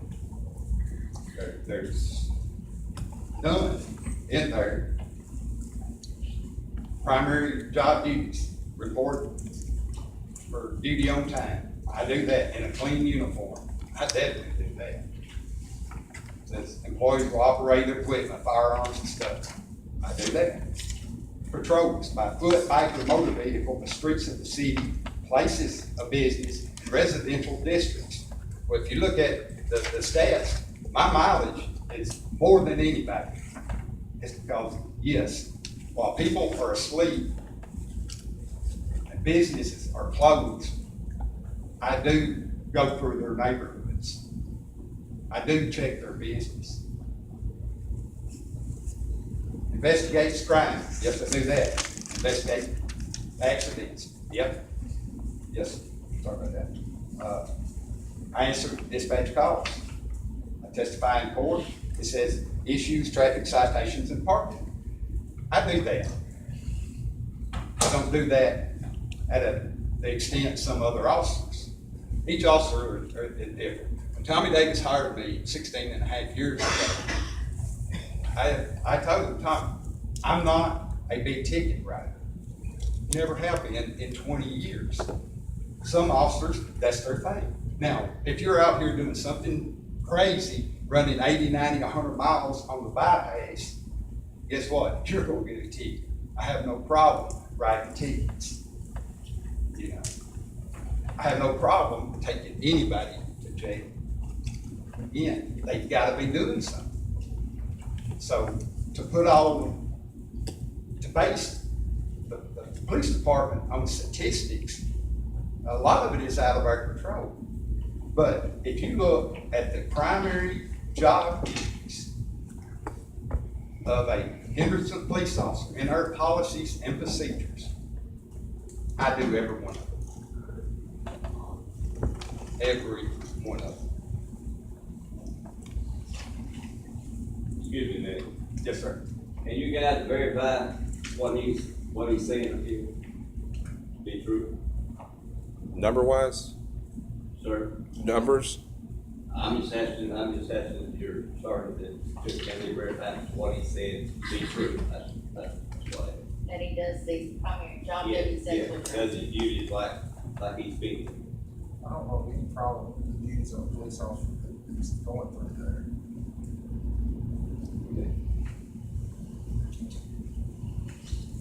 I think the only problem that comes up is my lack of writing a lot of tickets or traffic citations. Let me ask this question. Yes, sir. I've listened to this for a little while, but I'm not talking to the mayor, I'm talking to cop to cop. Right. I know, I understand. Would you feel that 10% of a police officer, a police officer in any jurisdiction, 10% should be dealt with traffic? Traffic is part of it. Yes, sir. You figure 10% be a good figure. I'm just asking. It depends on how big the department is. We have a small apartment like us, 15 men, when you gotta do everything. Would you say 10% of the city of Henderson's duties should be in traffic? Just 10%? Sure. Okay. Our budget's made up of 9.4% of traffic guys. The rest of it, we got a $1.6 million budget, we do about $150,000 in traffic. We're not even close to anybody else. So, these, and I'm on interview, I'm stopping for 1 second. I think it's important to get across. I'm not on anybody, I just think the public is true. Because one thing I've heard, and I just want to get this across, one thing I've heard is that we write a lot of tickets and we're going to be the next of them. I pulled up and I went to the, well, to kind of break this up a little bit, but I pulled up, went to the comptroller side, and I pulled up everybody's budget, audit budget from 2017. And I looked at the budget. You know, like Adams, they do $66,000 a ticket, but their budget's $435,000. So 15.2% of their budget's traffic. About does $448,000 a ticket. Their budget's $1.87 billion. That's 23% of their, almost 24% of their budget is traffic. Lexington, 224,000, 146, 228. Theirs is 9.8. Lexington has got less than 10% traffic. McKenzie's 116, about a $1.2 million. Theirs around 9.7. Mine, $470,000 traffic ticket. Their budget's 2.09, almost about $2,900,000. I'm not sorry, $2,099,000. Their budget for traffic is about 22% of their budget. Revenue budget is 22.4. Humboldt, I go down to Selma.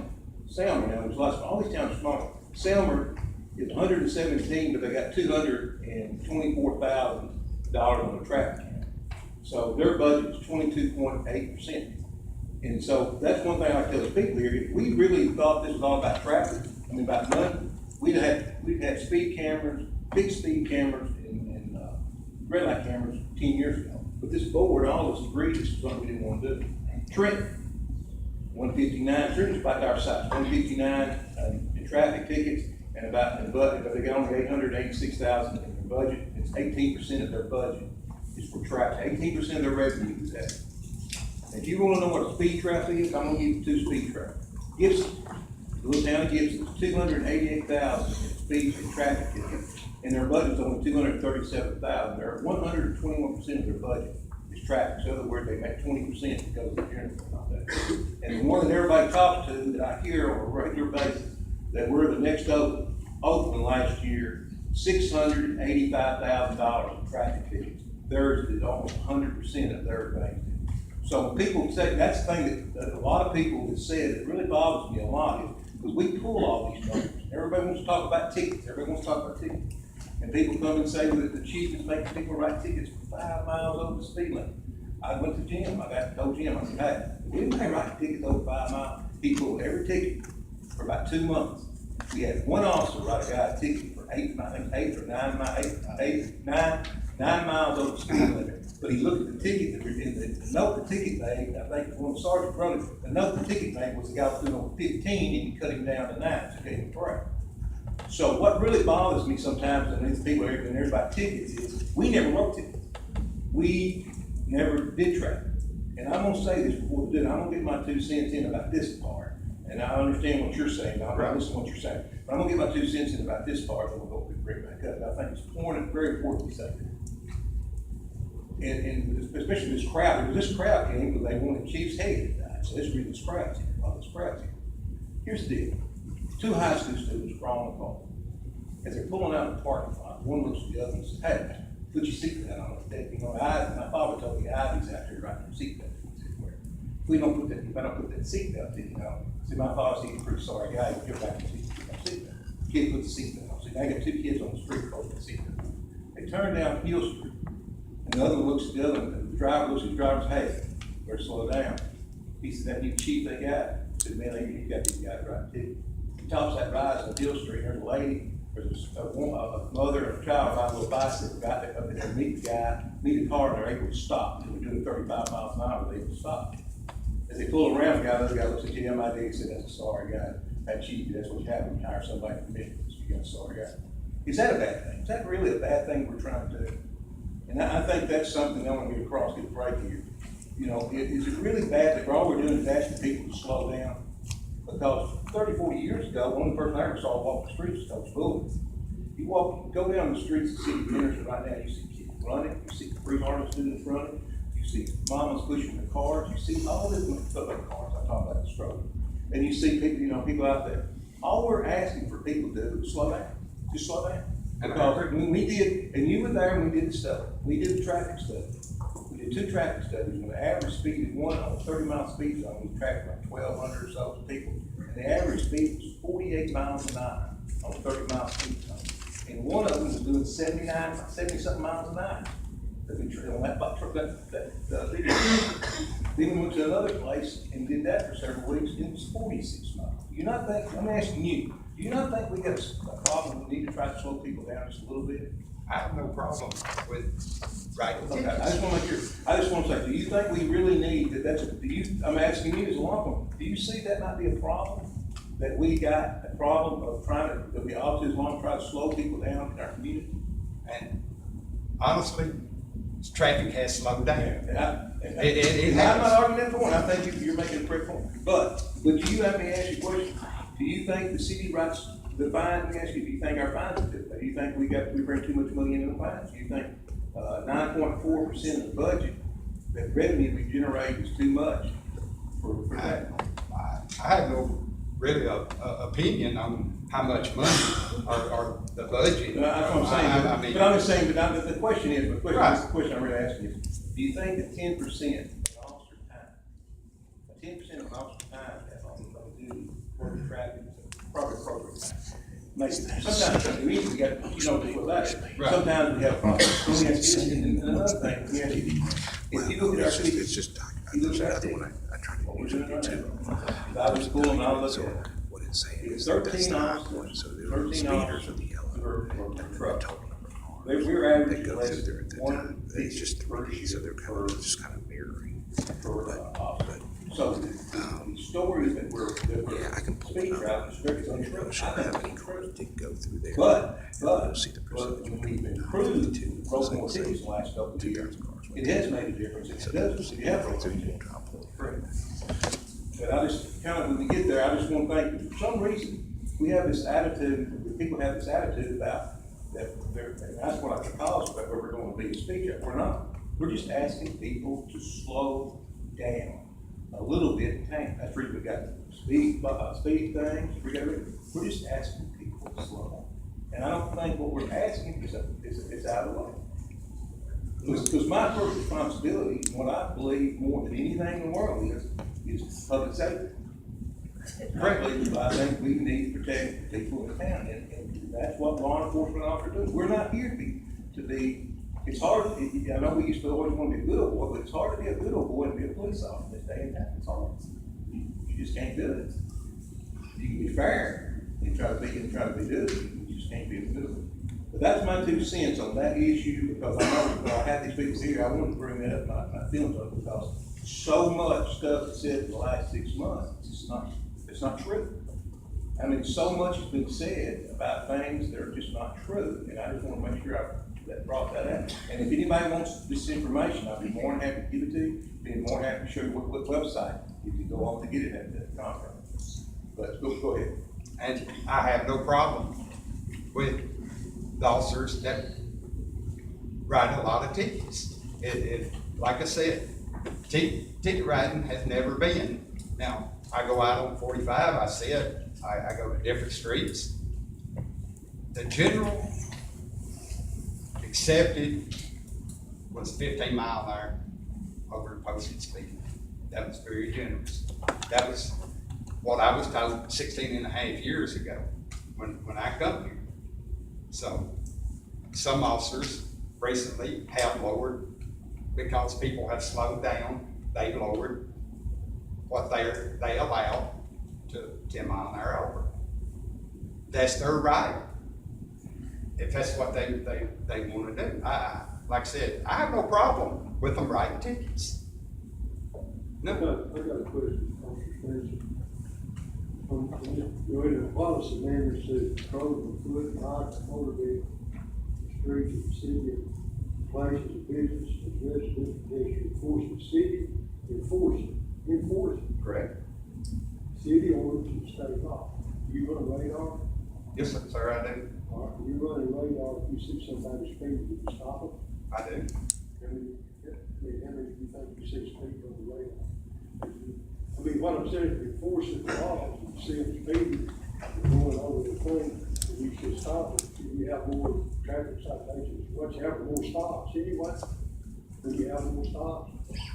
If they're exceeding the 15 mile an hour that I see. I know you said you didn't like write tickets, so you let those people go when they're exceeding the speed limit?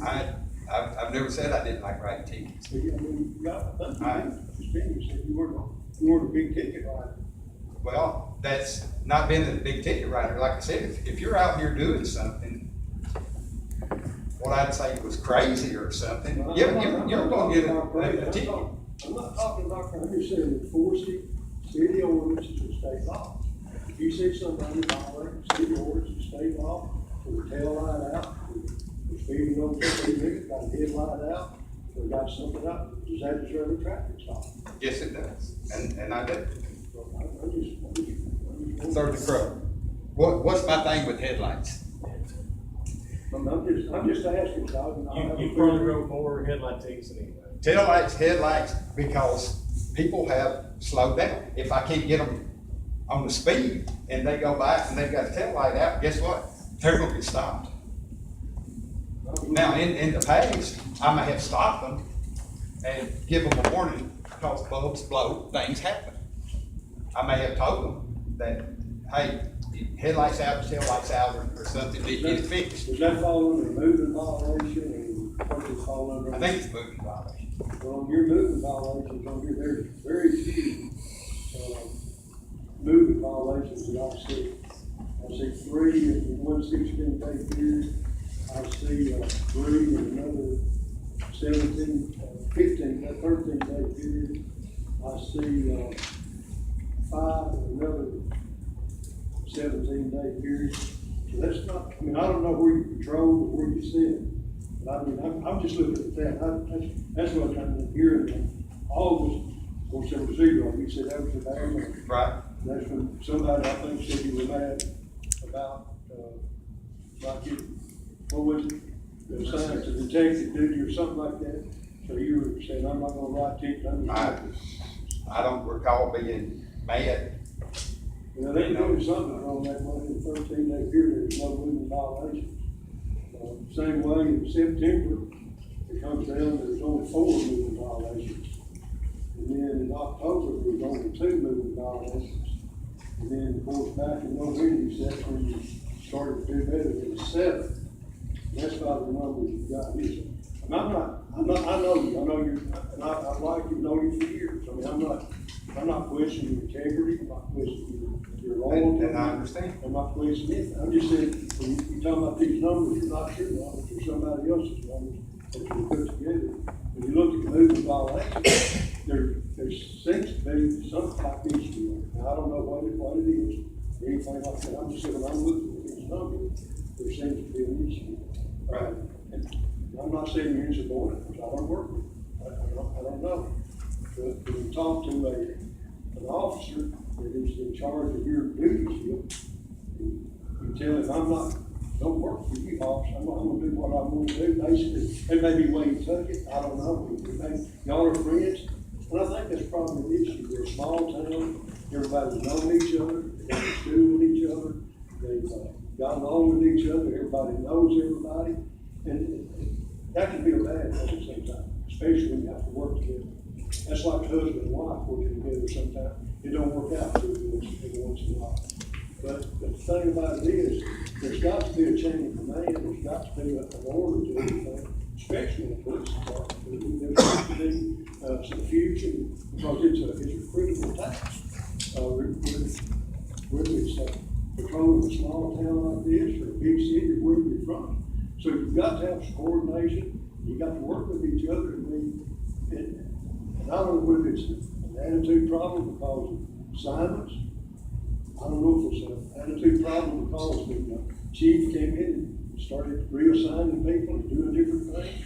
I don't know whether the right person didn't get hired for the town folks or the people that are here. There's issues, that are going to be here. And the thing about it is, if we don't take control of the board and do the right thing, we could have havoc in our town. And I appreciate the slowing the traffic down. I think it's safer. We put moving speed signs around, we can slow people down. We put some traffic red lights up in different places, flashing, to slow people down, like over on by the Methodist Church, and coming off the bypass over on the Stewart and Hamlet one. So we try to do things to make it safer in the town. And I think it's probably working. Seems like it is. But when I look at your moving violation stuff, and I look at everybody else's, there seems to be a discrepancy. To me, I don't know whether you agree with that or not. When you look at everybody else's, there seems to be some kind of discrepancy in that department. Let me ask you one thing. Has Chief Cleveland ever asked you to do anything that wasn't legal or wouldn't fall under his as a police chief to instruct you to do? Has he ever asked you to do anything? No, to my knowledge, no. Now, back to something you said on the 4. Now, the non-movement violations is 27. I don't know how y'all enter between the moving and the non-moving, because in September, after, I admitted August was a bad month, but in September, I had 4 of those, but I had 27 of the non-moving, so I don't know how y'all. I will clarify, the way it's supposed to. Non-moving is. Well, I'll clarify that. The way it's supposed to work is non-moving is basically parking tickets. time the vehicle is moving, you make a traffic stop, even if it's an equipment violation, such as a headlight or loud muffler or whatever, that's still counted on that stat sheet as a moving citation. So non-moving citations are considered parking tickets. Moving citations are anytime you have to make a vehicle stop, even though it may be an equipment violation. You still had to stop the vehicle. The car was moving when you stopped it and cited it.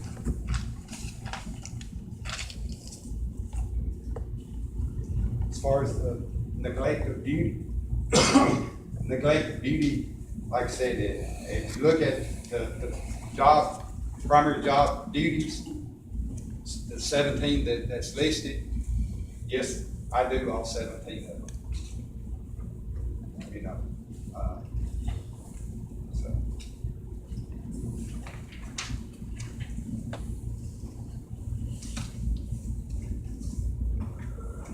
Like I said, on the last sheet is from dispatch. The first of the year, we went to fixed shifts. Every shift is different. You have different characteristics from day shift to afternoon shift. You can see dispatch pulled the numbers for me. But it's told them, hey, for 5 weeks, don't care, your choice, you know. And first shift, you know, 64, 90, 22, you know. Night shift, if you're gonna say work performance, productivity, whatever, you know, that's why you see a lot of my business change, because we don't have the people, we don't have the cars, we don't have the calls. What time is the night shift start? 10 o'clock to 6 10 o'clock. Great. And if Freed Hardeman is in session from 10 o'clock to 12 o'clock, East Main is gonna be packed.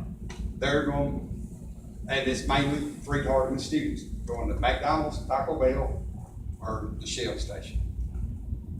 Henderson is not a 24-hour tank. McDonald's closes at 11 o'clock. So,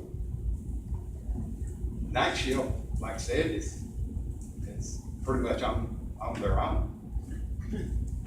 I like to mention, go ahead, Carl. I was just gonna say that I'm sure that's why you do a lot of. I know you're a good officer, because I was sitting here thinking, my mind went back for a few years ago that we had a homicide out here on White Avenue, just past State Street. And I went by and a guy had fell in the street, a woman had shot him, and I was the first one there, and I called, and you was the first one there. And you worked that crime scene as good as anybody that I have seen working. I know you're a good officer, and that's not out of my mind, that you can't do your job. And I just want to throw that in, and I'm going to good. But this guy is a good officer. I don't know how they're getting along. By working guys before in my lifetime, I've worked hundreds of guys before. And you're not going to get along with everybody. You're going to have your ups and downs, and you're going to have, you know, I've got to aggravate myself sometimes. I want to fire myself, send myself home. You know, you can't do that.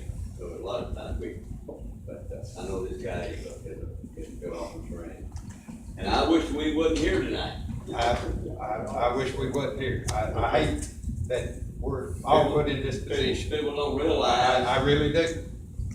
Y'all sitting back there thinking, well, we just come up here and spend 30 minutes, 45, and go home.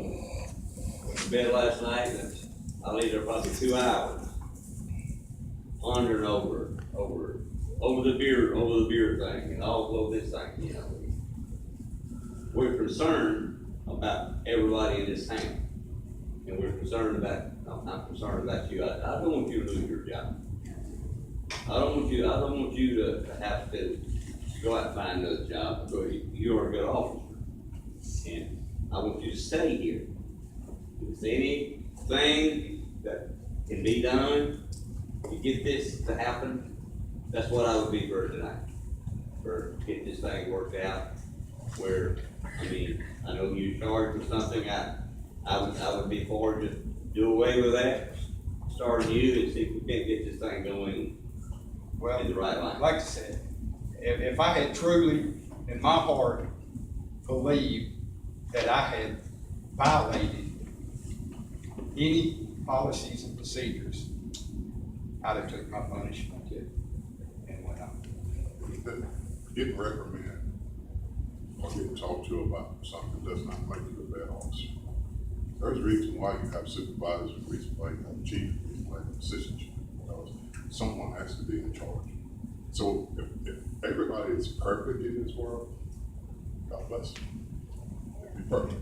You know, people get reprimanded. When I was in the military, it's no different from being in the military or anywhere else that you go. You have a chain of command, and you have people that you work under. They choose, they think you're not performing their job. I've been a production manager, I've been a supervisor for 34 years, and I've reprimanded a lot of people. Good people. And just like I just heard these guys say, you're a good officer. It's because you got reprimanded doesn't mean that you're a bad officer. They're looking for improvement. Can you improve? Sure you can. You're not perfect. You just said, sure, we all can improve. All the officers that we got in this town, all the factories and every place that we got here, man, if somebody got, I'm pretty sure that there's someone sitting here now that will be in this courtroom and say, who defended me? Sure, you're friends. And I would love for my friends to come in here, and I guarantee you, I can fill this courtroom up with people to defend me if I got in trouble. Or if my supervisor or someone chose to write me up or something. In the case, I feel tonight, the chief did his job, the sergeants did their job, the assistant chief did their job. It's not, no one's trying to send you out the door. The only thing they're trying to do is tell you that you need to get better. And if every one of you officers tonight, you feel like whenever you're gonna get a reprimand or something that you can't come before us, it's fine, come on. But I'm guaranteeing you this, I'm gonna hold them accountable and make sure that they done their job before you get up here. With it being the case, we paid these guys to do those jobs, and we have to respect. We have to respect the report. You can't be afraid to write your people up, because next thing you know, you're gonna come before the board, you're gonna bring the whole family with you, everybody in Henderson. That's not the way this town should run. We pay people to do a job. And when it comes down to it, if someone writes somebody up for something, I'm not there every day. I don't see what goes on every day. I have to depend on these guys to do their job. I never would have voted this man in if I think he wasn't capable of doing his job. Those guys that are sitting right there, the assistant chief, and those sergeants there, fetched out the left and right. I don't think they're gonna lie for anybody. I don't think they're gonna cover up for anybody. I think they're gonna do their job. And Jerry Paul, that's a lot of people, I went to school with you, it's a lot of people love Jerry Paul. I love the person, I love you as a person. As a police officer, I'm not around you every day. I can't say what you do every single day. I've never heard anyone in this community say anything bad about you. Never have. But it doesn't mean that you're perfect. I'm far from it. Doesn't mean. And so that's that. My stand up is that tonight, as far as what I see, I'm not going to reverse what the chief done. I'm just going to come up and say that tonight. Let you know. I'd like to say one thing, and it's just a minor correction to what Officer Stansel said. And I don't think he meant to say anything negative about his fellow officers. But when he said that an officer may make a physical arrest just to peak his numbers, that's his personal opinion. There's state law that strictly dictates what somebody can do on an arrest. Okay, so I want everybody to understand that you can't just arbitrarily arrest somebody if it's a misdemeanor that was committed in your presence, there are 8 reasons you can take somebody to jail. If they do not fit that, the state law tells you that you have to write a misdemeanor citation, which a lot of people say call it a ticket, but it's a misdemeanor citation. The thing about a misdemeanor citation is it's still an arrest. That person is still being arrested. They still have to go down to the court just like they were arrested and everything else. So saying where someone physically transported someone to jail because they have to have a number, a misdemeanor citation is an arrest just as a physical arrest would be. So I just want to clarify that because I don't want everybody thinking that an officer wants to tick a box on his stat sheet so he takes somebody to jail. Taking people to jail is kind of a pain. It's much easier to write a misdemeanor citation, and that is the preferred method of arrest on a misdemeanor. But there are 8 reasons why you must take somebody to jail. One is that the offense is going to continue and so on and so forth. So I just want to clarify that. And I don't think, I hope that Jerry Paul wasn't trying to throw his coworkers under the bus when he said they just want to tick a box to make an arrest. I don't do that. I'm not trying to throw nobody under the bus. I didn't mention no names, no nothing. Insubordination, you heard from the sergeants and the chief. If you look at specifically what the city states, refusal, I'm not guilty of that. Neglect of duty, if you look at those 17 primary duties, and I know there's more, but that's a general idea of what is expected.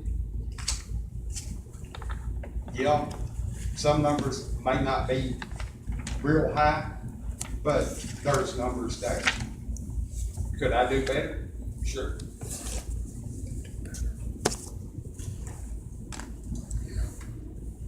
The last one is public statements.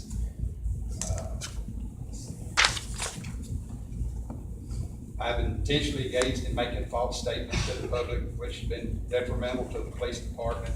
I know the video, or I know the call where I made a statement. It was in front of the post office. So I know who I made it to. I made it to Miss Claudia, wherever she goes. You know, did I mean anything by it? No. Have I been told in a meeting, a suggestion that I would be disciplined or potentially terminated for specifically writing tickets?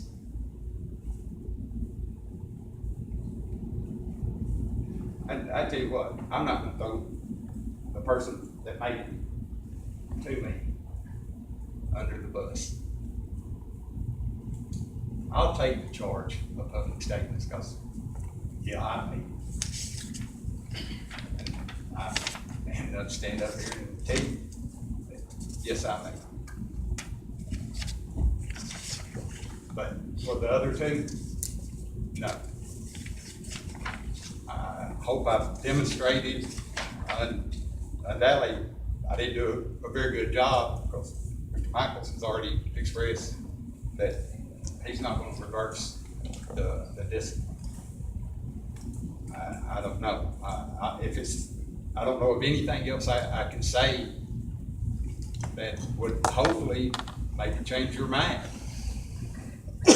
I know the rank structures. I never question that. Yes, they should be able to discipline employees.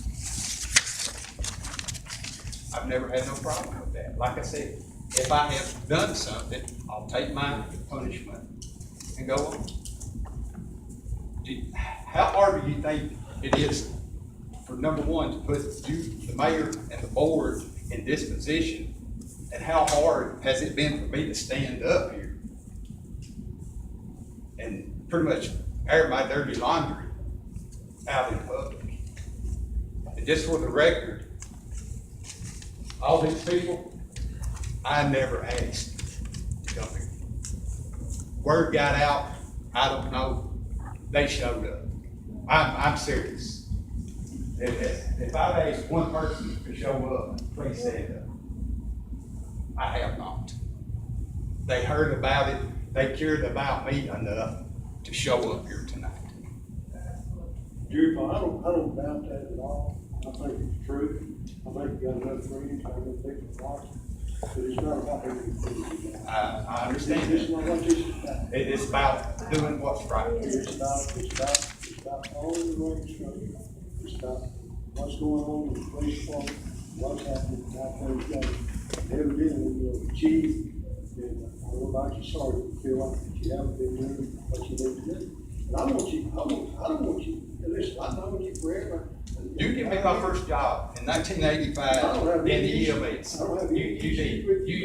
You started being a public I servant. don't have any issue with that at all. I just want you to, I just hope everything works out and everything goes great for you all. I hope it does too. And I believe it will. And whatever punishment or dismissal, I'll take it tonight and I'll go. You're not gonna be dismissed. You're not gonna, there's no dismissal. All he's asking is for disciplinary action, and you do the re-mitigation right, and you're supposed to, that's all he's asking. And then, and once that's done, you're back on where you're on patrol, you're back on everything you're supposed to be, and you're able to make promotions, to do stuff that you apply for. And I'm gonna tell you, you're one of the smartest people on this Henderson Police Department. One of the, and I'm not trying to say anything bad about any of them, I know you. And I know you can do anything you set your mind to do. But evidently, I don't know if something's got a bird under the saddle on kind of the promotion deal, the shift changing. And because I remember you came to me before we hired this thing. And you were getting mistreated because of shifts, you said. Correct. You were getting jerked around, pulled around, slammed around. I come asking for help And I from told you. you, and I told you, he would get changed, he'd been treated right as far as shifts, he'd been treated right as far as work hours, he'd been jerked around. As far as, You got a permanent assigned shift and nobody's calling you on extra days, on last minute call-ins or nothing like that? Like you no, I said. have a permanent assigned Let me ask shift. you this question, because I think people here really don't, has she given you opportunity for training? Training? Yeah. Yes, I would. You're one of the three that went to Denver on Correct. specialized training that to me is very important training. One reason he sends you is because of what Johnny said. You understand technology probably better than any other person besides Chief in this office. The technology for it and everything else, and that's the reason you went to Denver. And that's the reason you got the training on that. I just want you to get where you utilize your training, do what you need to do, get in there. You got some years left in the department, I just want things to work out. And I want things to work out. I don't want to leave and. But there's not enough anything here about leaving. No, all it is And remediation and the training. the 15-day suspension, the remedial, all right, let me ask you this. I ride 1 week, first time, I was instructed would be as a passenger. All right, if there's nothing out there moving now, am I gonna be punished for it? Well, then you got a witness in the car when you say there ain't nothing moving. Okay. Disciplinary action taken. If you fail to complete any other requirements, which is the 15 days, the 3-month probation, and the 3-week ride, during the 3-month probationary period, you fail to improve your work productivity, you will be terminated.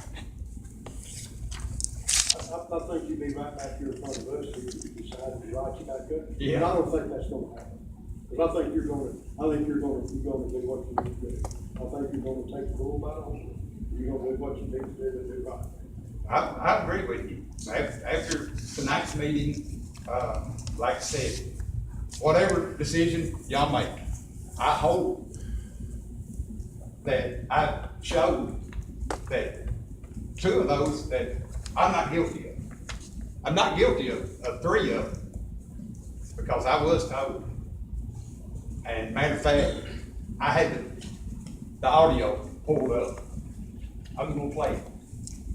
But I'm not gonna throw that person under the bus. I'll take responsibility. I'll take the punishment for that. But the other two, I'm not guilty. Well, I listened about this tonight with an open mind. And, like you say you're guilty of one. And I think we need to, the other two charges, I'm gonna vote to reverse it. And whatever y'all can work out, the riding, whatever, in order to get things worked out, like I said a while ago, I want to see the thing work. I don't want to see you leave, I don't want to see you go nowhere else. I don't want to leave. Because, I don't. I know we can get this worked out. I have 17 years invested. I know the chief over here is good enough guy, and he's got enough experience that get this thing worked out. Yeah. One other thing I would like to address right quick, please, Mr. Smith, was talking about when I was the narcotic investigator. It was a metro, worked with matter of fact, worked with Steve Davis. A lot of our cases generated through the county. The reports, everything went through there. So a lot of it did not show up in the city. Assistant Chief Davidson, is that a lot of it goes through there? Yeah, I worked narcotics too for a long time. That is true. So I just wanted to clarify that one comment. My question was dealing with the first one on the insubordination. And I'm reading the thing here about refusal to obey a lawful order. And I think Chief indicated he never specifically. There's multiple ways to refuse an order. One is deliberately not going. So, I mean, you could say, y'all could tell me right now, go do something. I go, yes, ma'am, yes, sir, I'm going to go do it, and then go out there and not do it. That's disobeying a lawful order. There's multiple ways to be insubordinate, and it's outlined partly in the response that I have, the letter. So, I mean, you have to look at it. If you could read that, I mean, that may be helpful, but there's multiple ways of being insubordinate. So, I mean, I can sit here, no, he's never in front of me said, no, I'm not going to do it. But he's also gone out after he's been told to go do something. And I only can assume that it's intentional that he sat out there and then didn't do what he was told to do. Because nobody's sitting out there with him, obviously, right? Mr. Smith. Insubordination. You've got a copy of it in the packet there. It says deliberate refusal by any member to obey a lawful order given by a superior institutes insubordination. That is the city policy. We don't need to read nothing else into it, try to justify it. That is the policy.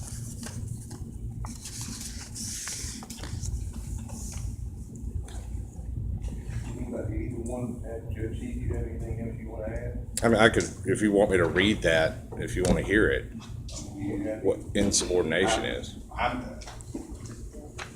No, I don't have anything. I mean, unless you want to hear that, Alderman Smith, or I can read it to you. I mean, I can read it to you. It says insubordinate behavior could take on many forms: outright refusal to carry out work, manifest non-performance, inappropriate comments, persistent complaints, and nonverbal communication expressions of dissatisfaction, i.e. eye rolling and sighing. And this policy, our policy. That's the definition of insubordination, basically. Okay.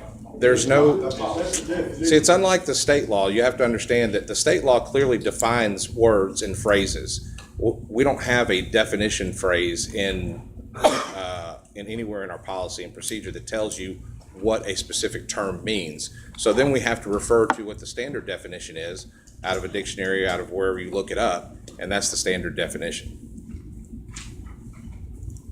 In city policy, and I don't want to keep beating this horse, but the board has approved the policies and procedures. Insubordination has been defined. think we're picking it, Lord. I think, like I said, I'm done. I think we're just trying to pick it forward. I appreciate the opportunity, but like I said, Does the city council have anything they want to add or any comments they want to make?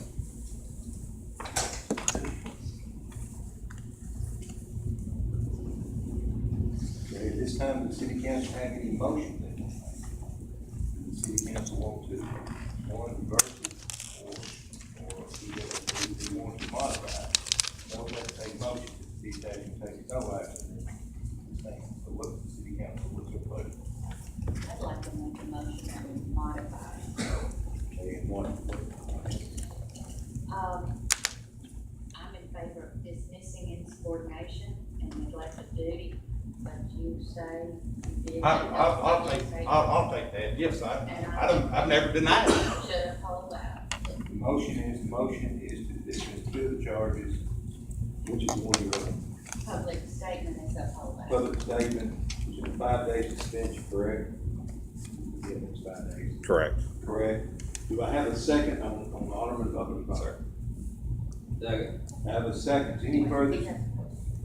Okay, what about the probationary period and the rights and all the other I stuff? don't know how that's all put together. That's really not is that really up to us? That the chief got to do that? Well, normally it would be a supervisor's place to handle that part of it, because that could have happened without the suspension. Right. But since the whole issue is before you, of course, y'all could modify that too if y'all see fit.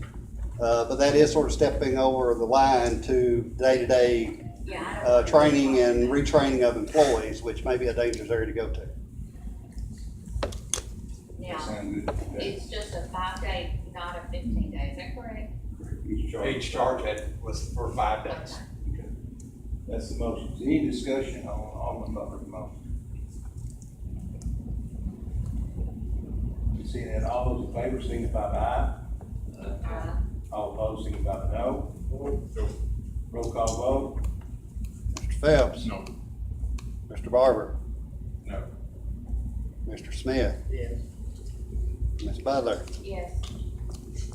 Mr. Ferris? No. Mr. Manus? Yes. There being a tie vote. The mayor passes 3-3 motion fails.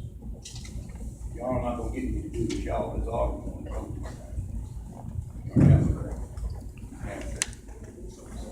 Okay, so let's do I have another motion?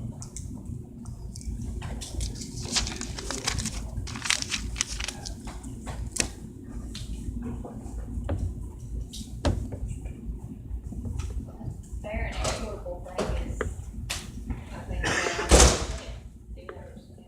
I don't know I think where the vote's been taken.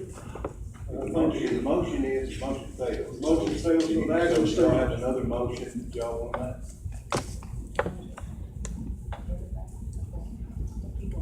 If I were gonna do it, I think I just missed the whole thing. Cause I don't want to do it, guys. Make a motion that we just missed the whole thing. Have a motion by Alderman Manus to dismiss, do I have a second? No, we're around a lot of rules board when votes been taken and it's been, held like this. I know the winning side has to make the motion to reconsider, but there's no winning side here, so what happens? Motion failed. The motion just failed. I mean, But- it was a tie. It's tied, motion failed because there's not a majority of the vote. But the second thing though is there's two different motions. We could, technically, they could vote to oppose two of them they choose to. They could oppose, I think they still have some options, or I think. Am I wrong or right? Can you help me out here on the property rules? You can entertain another motion. I think, as he said, I think you can entertain another Right, motion. entertain another motion, I believe. You said? Your motion is to dismiss? Just missed it, if we Do I have a second on that not gonna do motion? that. Do I have a second on that motion? Second. Have a second on that motion. All those in favor signify by aye. All opposed signify by no. No. That motion failed. We'll do a roll call vote. just to Gotta make do a sure. roll call. Mr. Phelps? Mr. Barber? No. Mr. Smith? No. Ms. Butler? Yes. Mr. Ferris? No. Mr. Manus? Yes.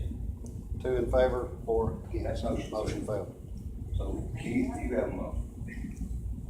Go ahead. Problem, well, I don't wanna keep making motions. What you vote, Keith? I voted no, because Gary Hall specifically said But, that yeah, he was yeah, that's guilty 1, 2, 3, of 4, public that's statement. what He's talking, the only other option left is, the only other option, two other options are left now.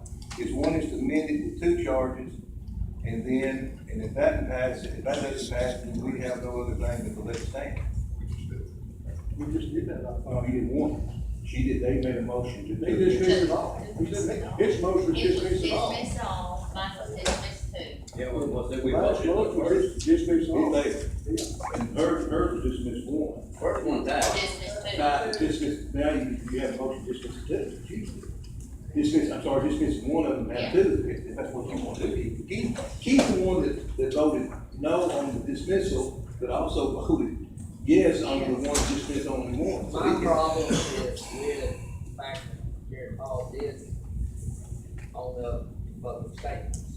Therefore, you can't dismiss the whole thing if these. Yeah, but you, what I'm saying is that, okay, but. My motion, if I was making one, is I had problems with the insubordination because what our policy states, direct refusal to obey a lawful order.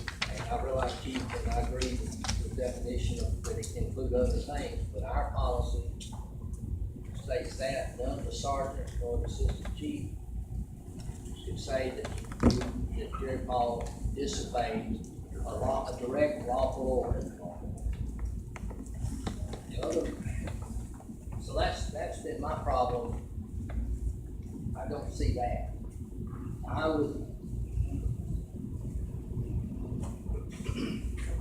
would make a motion that we modify this to eliminate the insubordination charge with the other two in place. The neglect of duty, I have trouble with that one, but my motion would be to modify this to eliminate the insubordination. So you have two, you're leaving 2 charges, just in there. Yes. I have that motion, do I have it second? Second. Have it second. All those in favor signify by aye. Aye. All opposed signify no. You no vote on that? You said no, 2 no's. All right, roll call. Mr. Phelps? Yes. Mr. Butler? Mr. Barber? That's all right. Yeah. I've been doing this too long. Mr. Smith? Yes. Ms. Butler?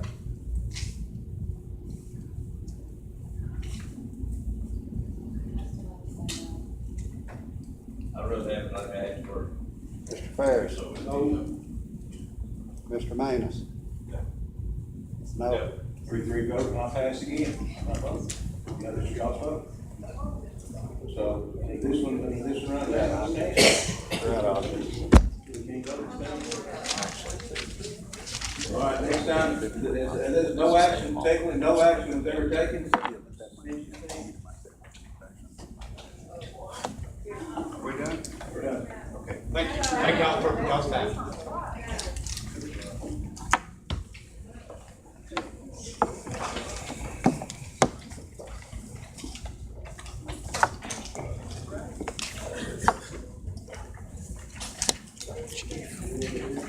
Yes, we got some more with next up, we got 2 things. Y'all have a comptroller letter, you have a comptroller letter in front of you. And that's a letter that simply says we had a loan given to us. And that's what the comptroller, you have to give it to you in a board meeting, to let you know. Okay. Now, that's that. Next item on the agenda is, report on the East Main project. Jim, you want a quick report on the East Main project? Okay, you know, we've been trying to get the East Main project to go to bid and get it paid this summer while school's out. Needless to say, at this point, that's off the table. I did talk to the engineer again today. The lady at TDOT said she received notice from the federal government, Federal Highway Department, that our monies are coming to TDOT. Yeah, that's right. As we speak, basically.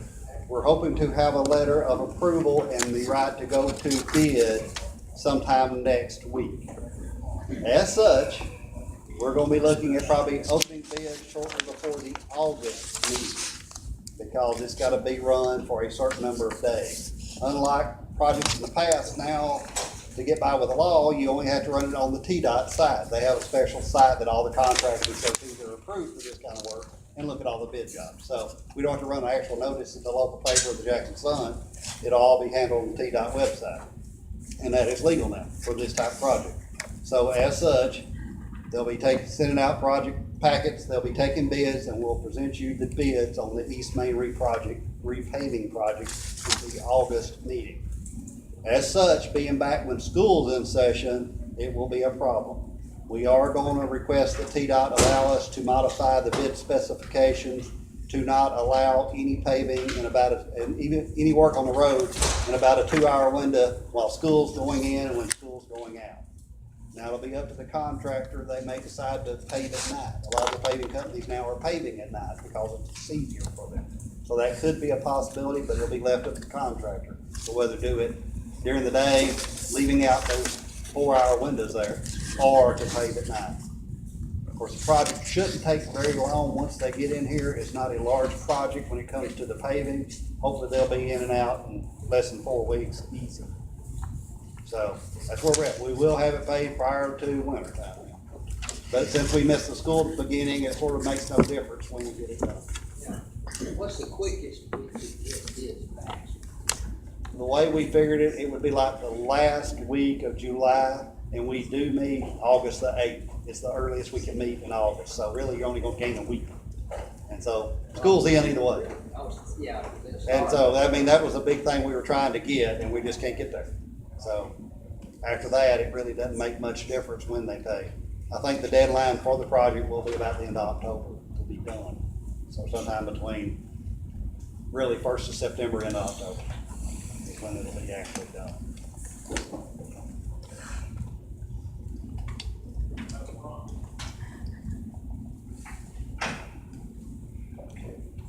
Carl, you got anything? No. Can I just want to get the lady of the cemetery about the quarter, so we talked about maybe trying to jack that up. Yeah, we'll Or were we still thinking about that and see what we could do? That's gonna be a pretty tough job. we'll take care of it. I just want to touch base with you. The problem with those columns like that, when you start monkeying with them, it's gonna be very difficult not to break it all apart. So just be aware I know that, he knows how to do it, probably build a wood brace around it. and then try to jack the whole thing up, put another foundation under it. But there's always that possibility it could cause problems we may have to repair. More extensive, which will be costly. I know the lady's concerned about it. It is misleading, and the rod iron on one side's broken loose because of wet leaves. And she's riding this little horse pretty hard about that place over there, so see what we can do with that. Just remember Carter's wife, Patty. Yeah, she Prayer. had a heart problem. How's she doing, Carter? She finally come out in Tessica and she's in rehab now, so. You said we're all thinking about it. Jerry?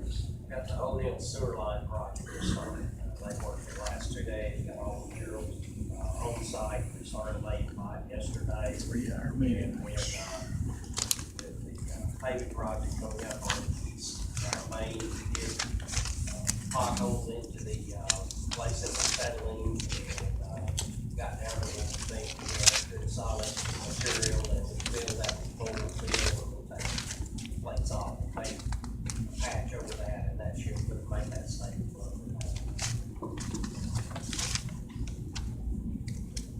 Three good things. We're gonna start with the project first, with the delivery material today. Second thing is we had revenue, something on today.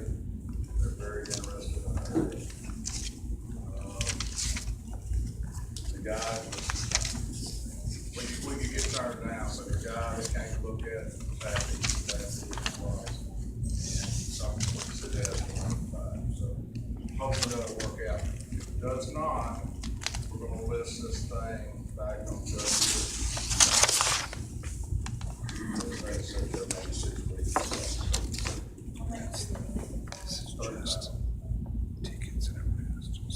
Could have been a bid thing on the deal. We might have got one, but we didn't have, we might have one. We had no bids. had one guy, Just call, tickets, we had one so guy they call know. and ask questions about it. No, The third arrest, thing is, it's the and ladies that gave y'all the AED list, meetings, This was a patient's interest. Okay, so. when she was here and leaving, I said, she looked it out, ginger, You say it goes to, that's because I have that second one because they were it was, these were all divided by 5 to me. Except these two. Brand of the heart. Because they were both on the first part. So that first number is, it's the same number. If you, so that's the. but that's all it is. The phone numbers are, but I only did use 2 months. No, sir. We concluded our Click It or Ticket campaign. Did I leave a copy of this for y'all? I know y'all are upset about tickets now, but just to let you know, with the Click It or Ticket campaign, they wrote 52 seatbelt violations, and we only wrote 54 54 speeding violations. We had 10 tag violations, a DUI, 2 drug violations, so 7 people that were driving with suspended revoked license, 14 people that were driving with no insurance. So just kind of give you a heads up on that. Also on the tags the green tags and notifications, we've done 115 notifications since we started. We actually hung 112 of those notifications. We've written 5 citations. 49 people out of those 115 have corrected the issue. So they did not need to be cited, and we still have 61 that are pending. That's all I have. Do you have anything? I'm ready to go home. I know we got an email that the equipment was being shipped. They requested an address to the ship and a contact person. They coordinated the contact person, so they're supposed to get a bunch of dollars with it. But I've had some people we just ask what the status was. Once that gets in, we're gonna get that stuff, get it done and line that off for us, so we'll know where fence is gonna run, and we start putting I'm hoping. And do we have a chart from her, or do we need to get back to her? Get back and read the chart. I think we changed the thing, but we probably need to get back there. Chart, pass this layout.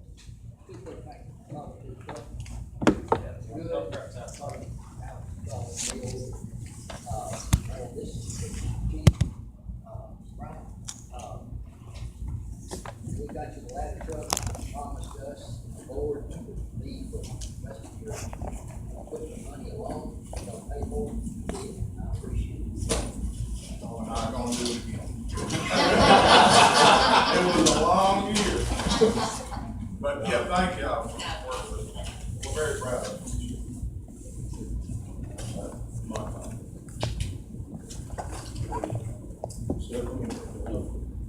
This time I'll entertain a motion to adjourn.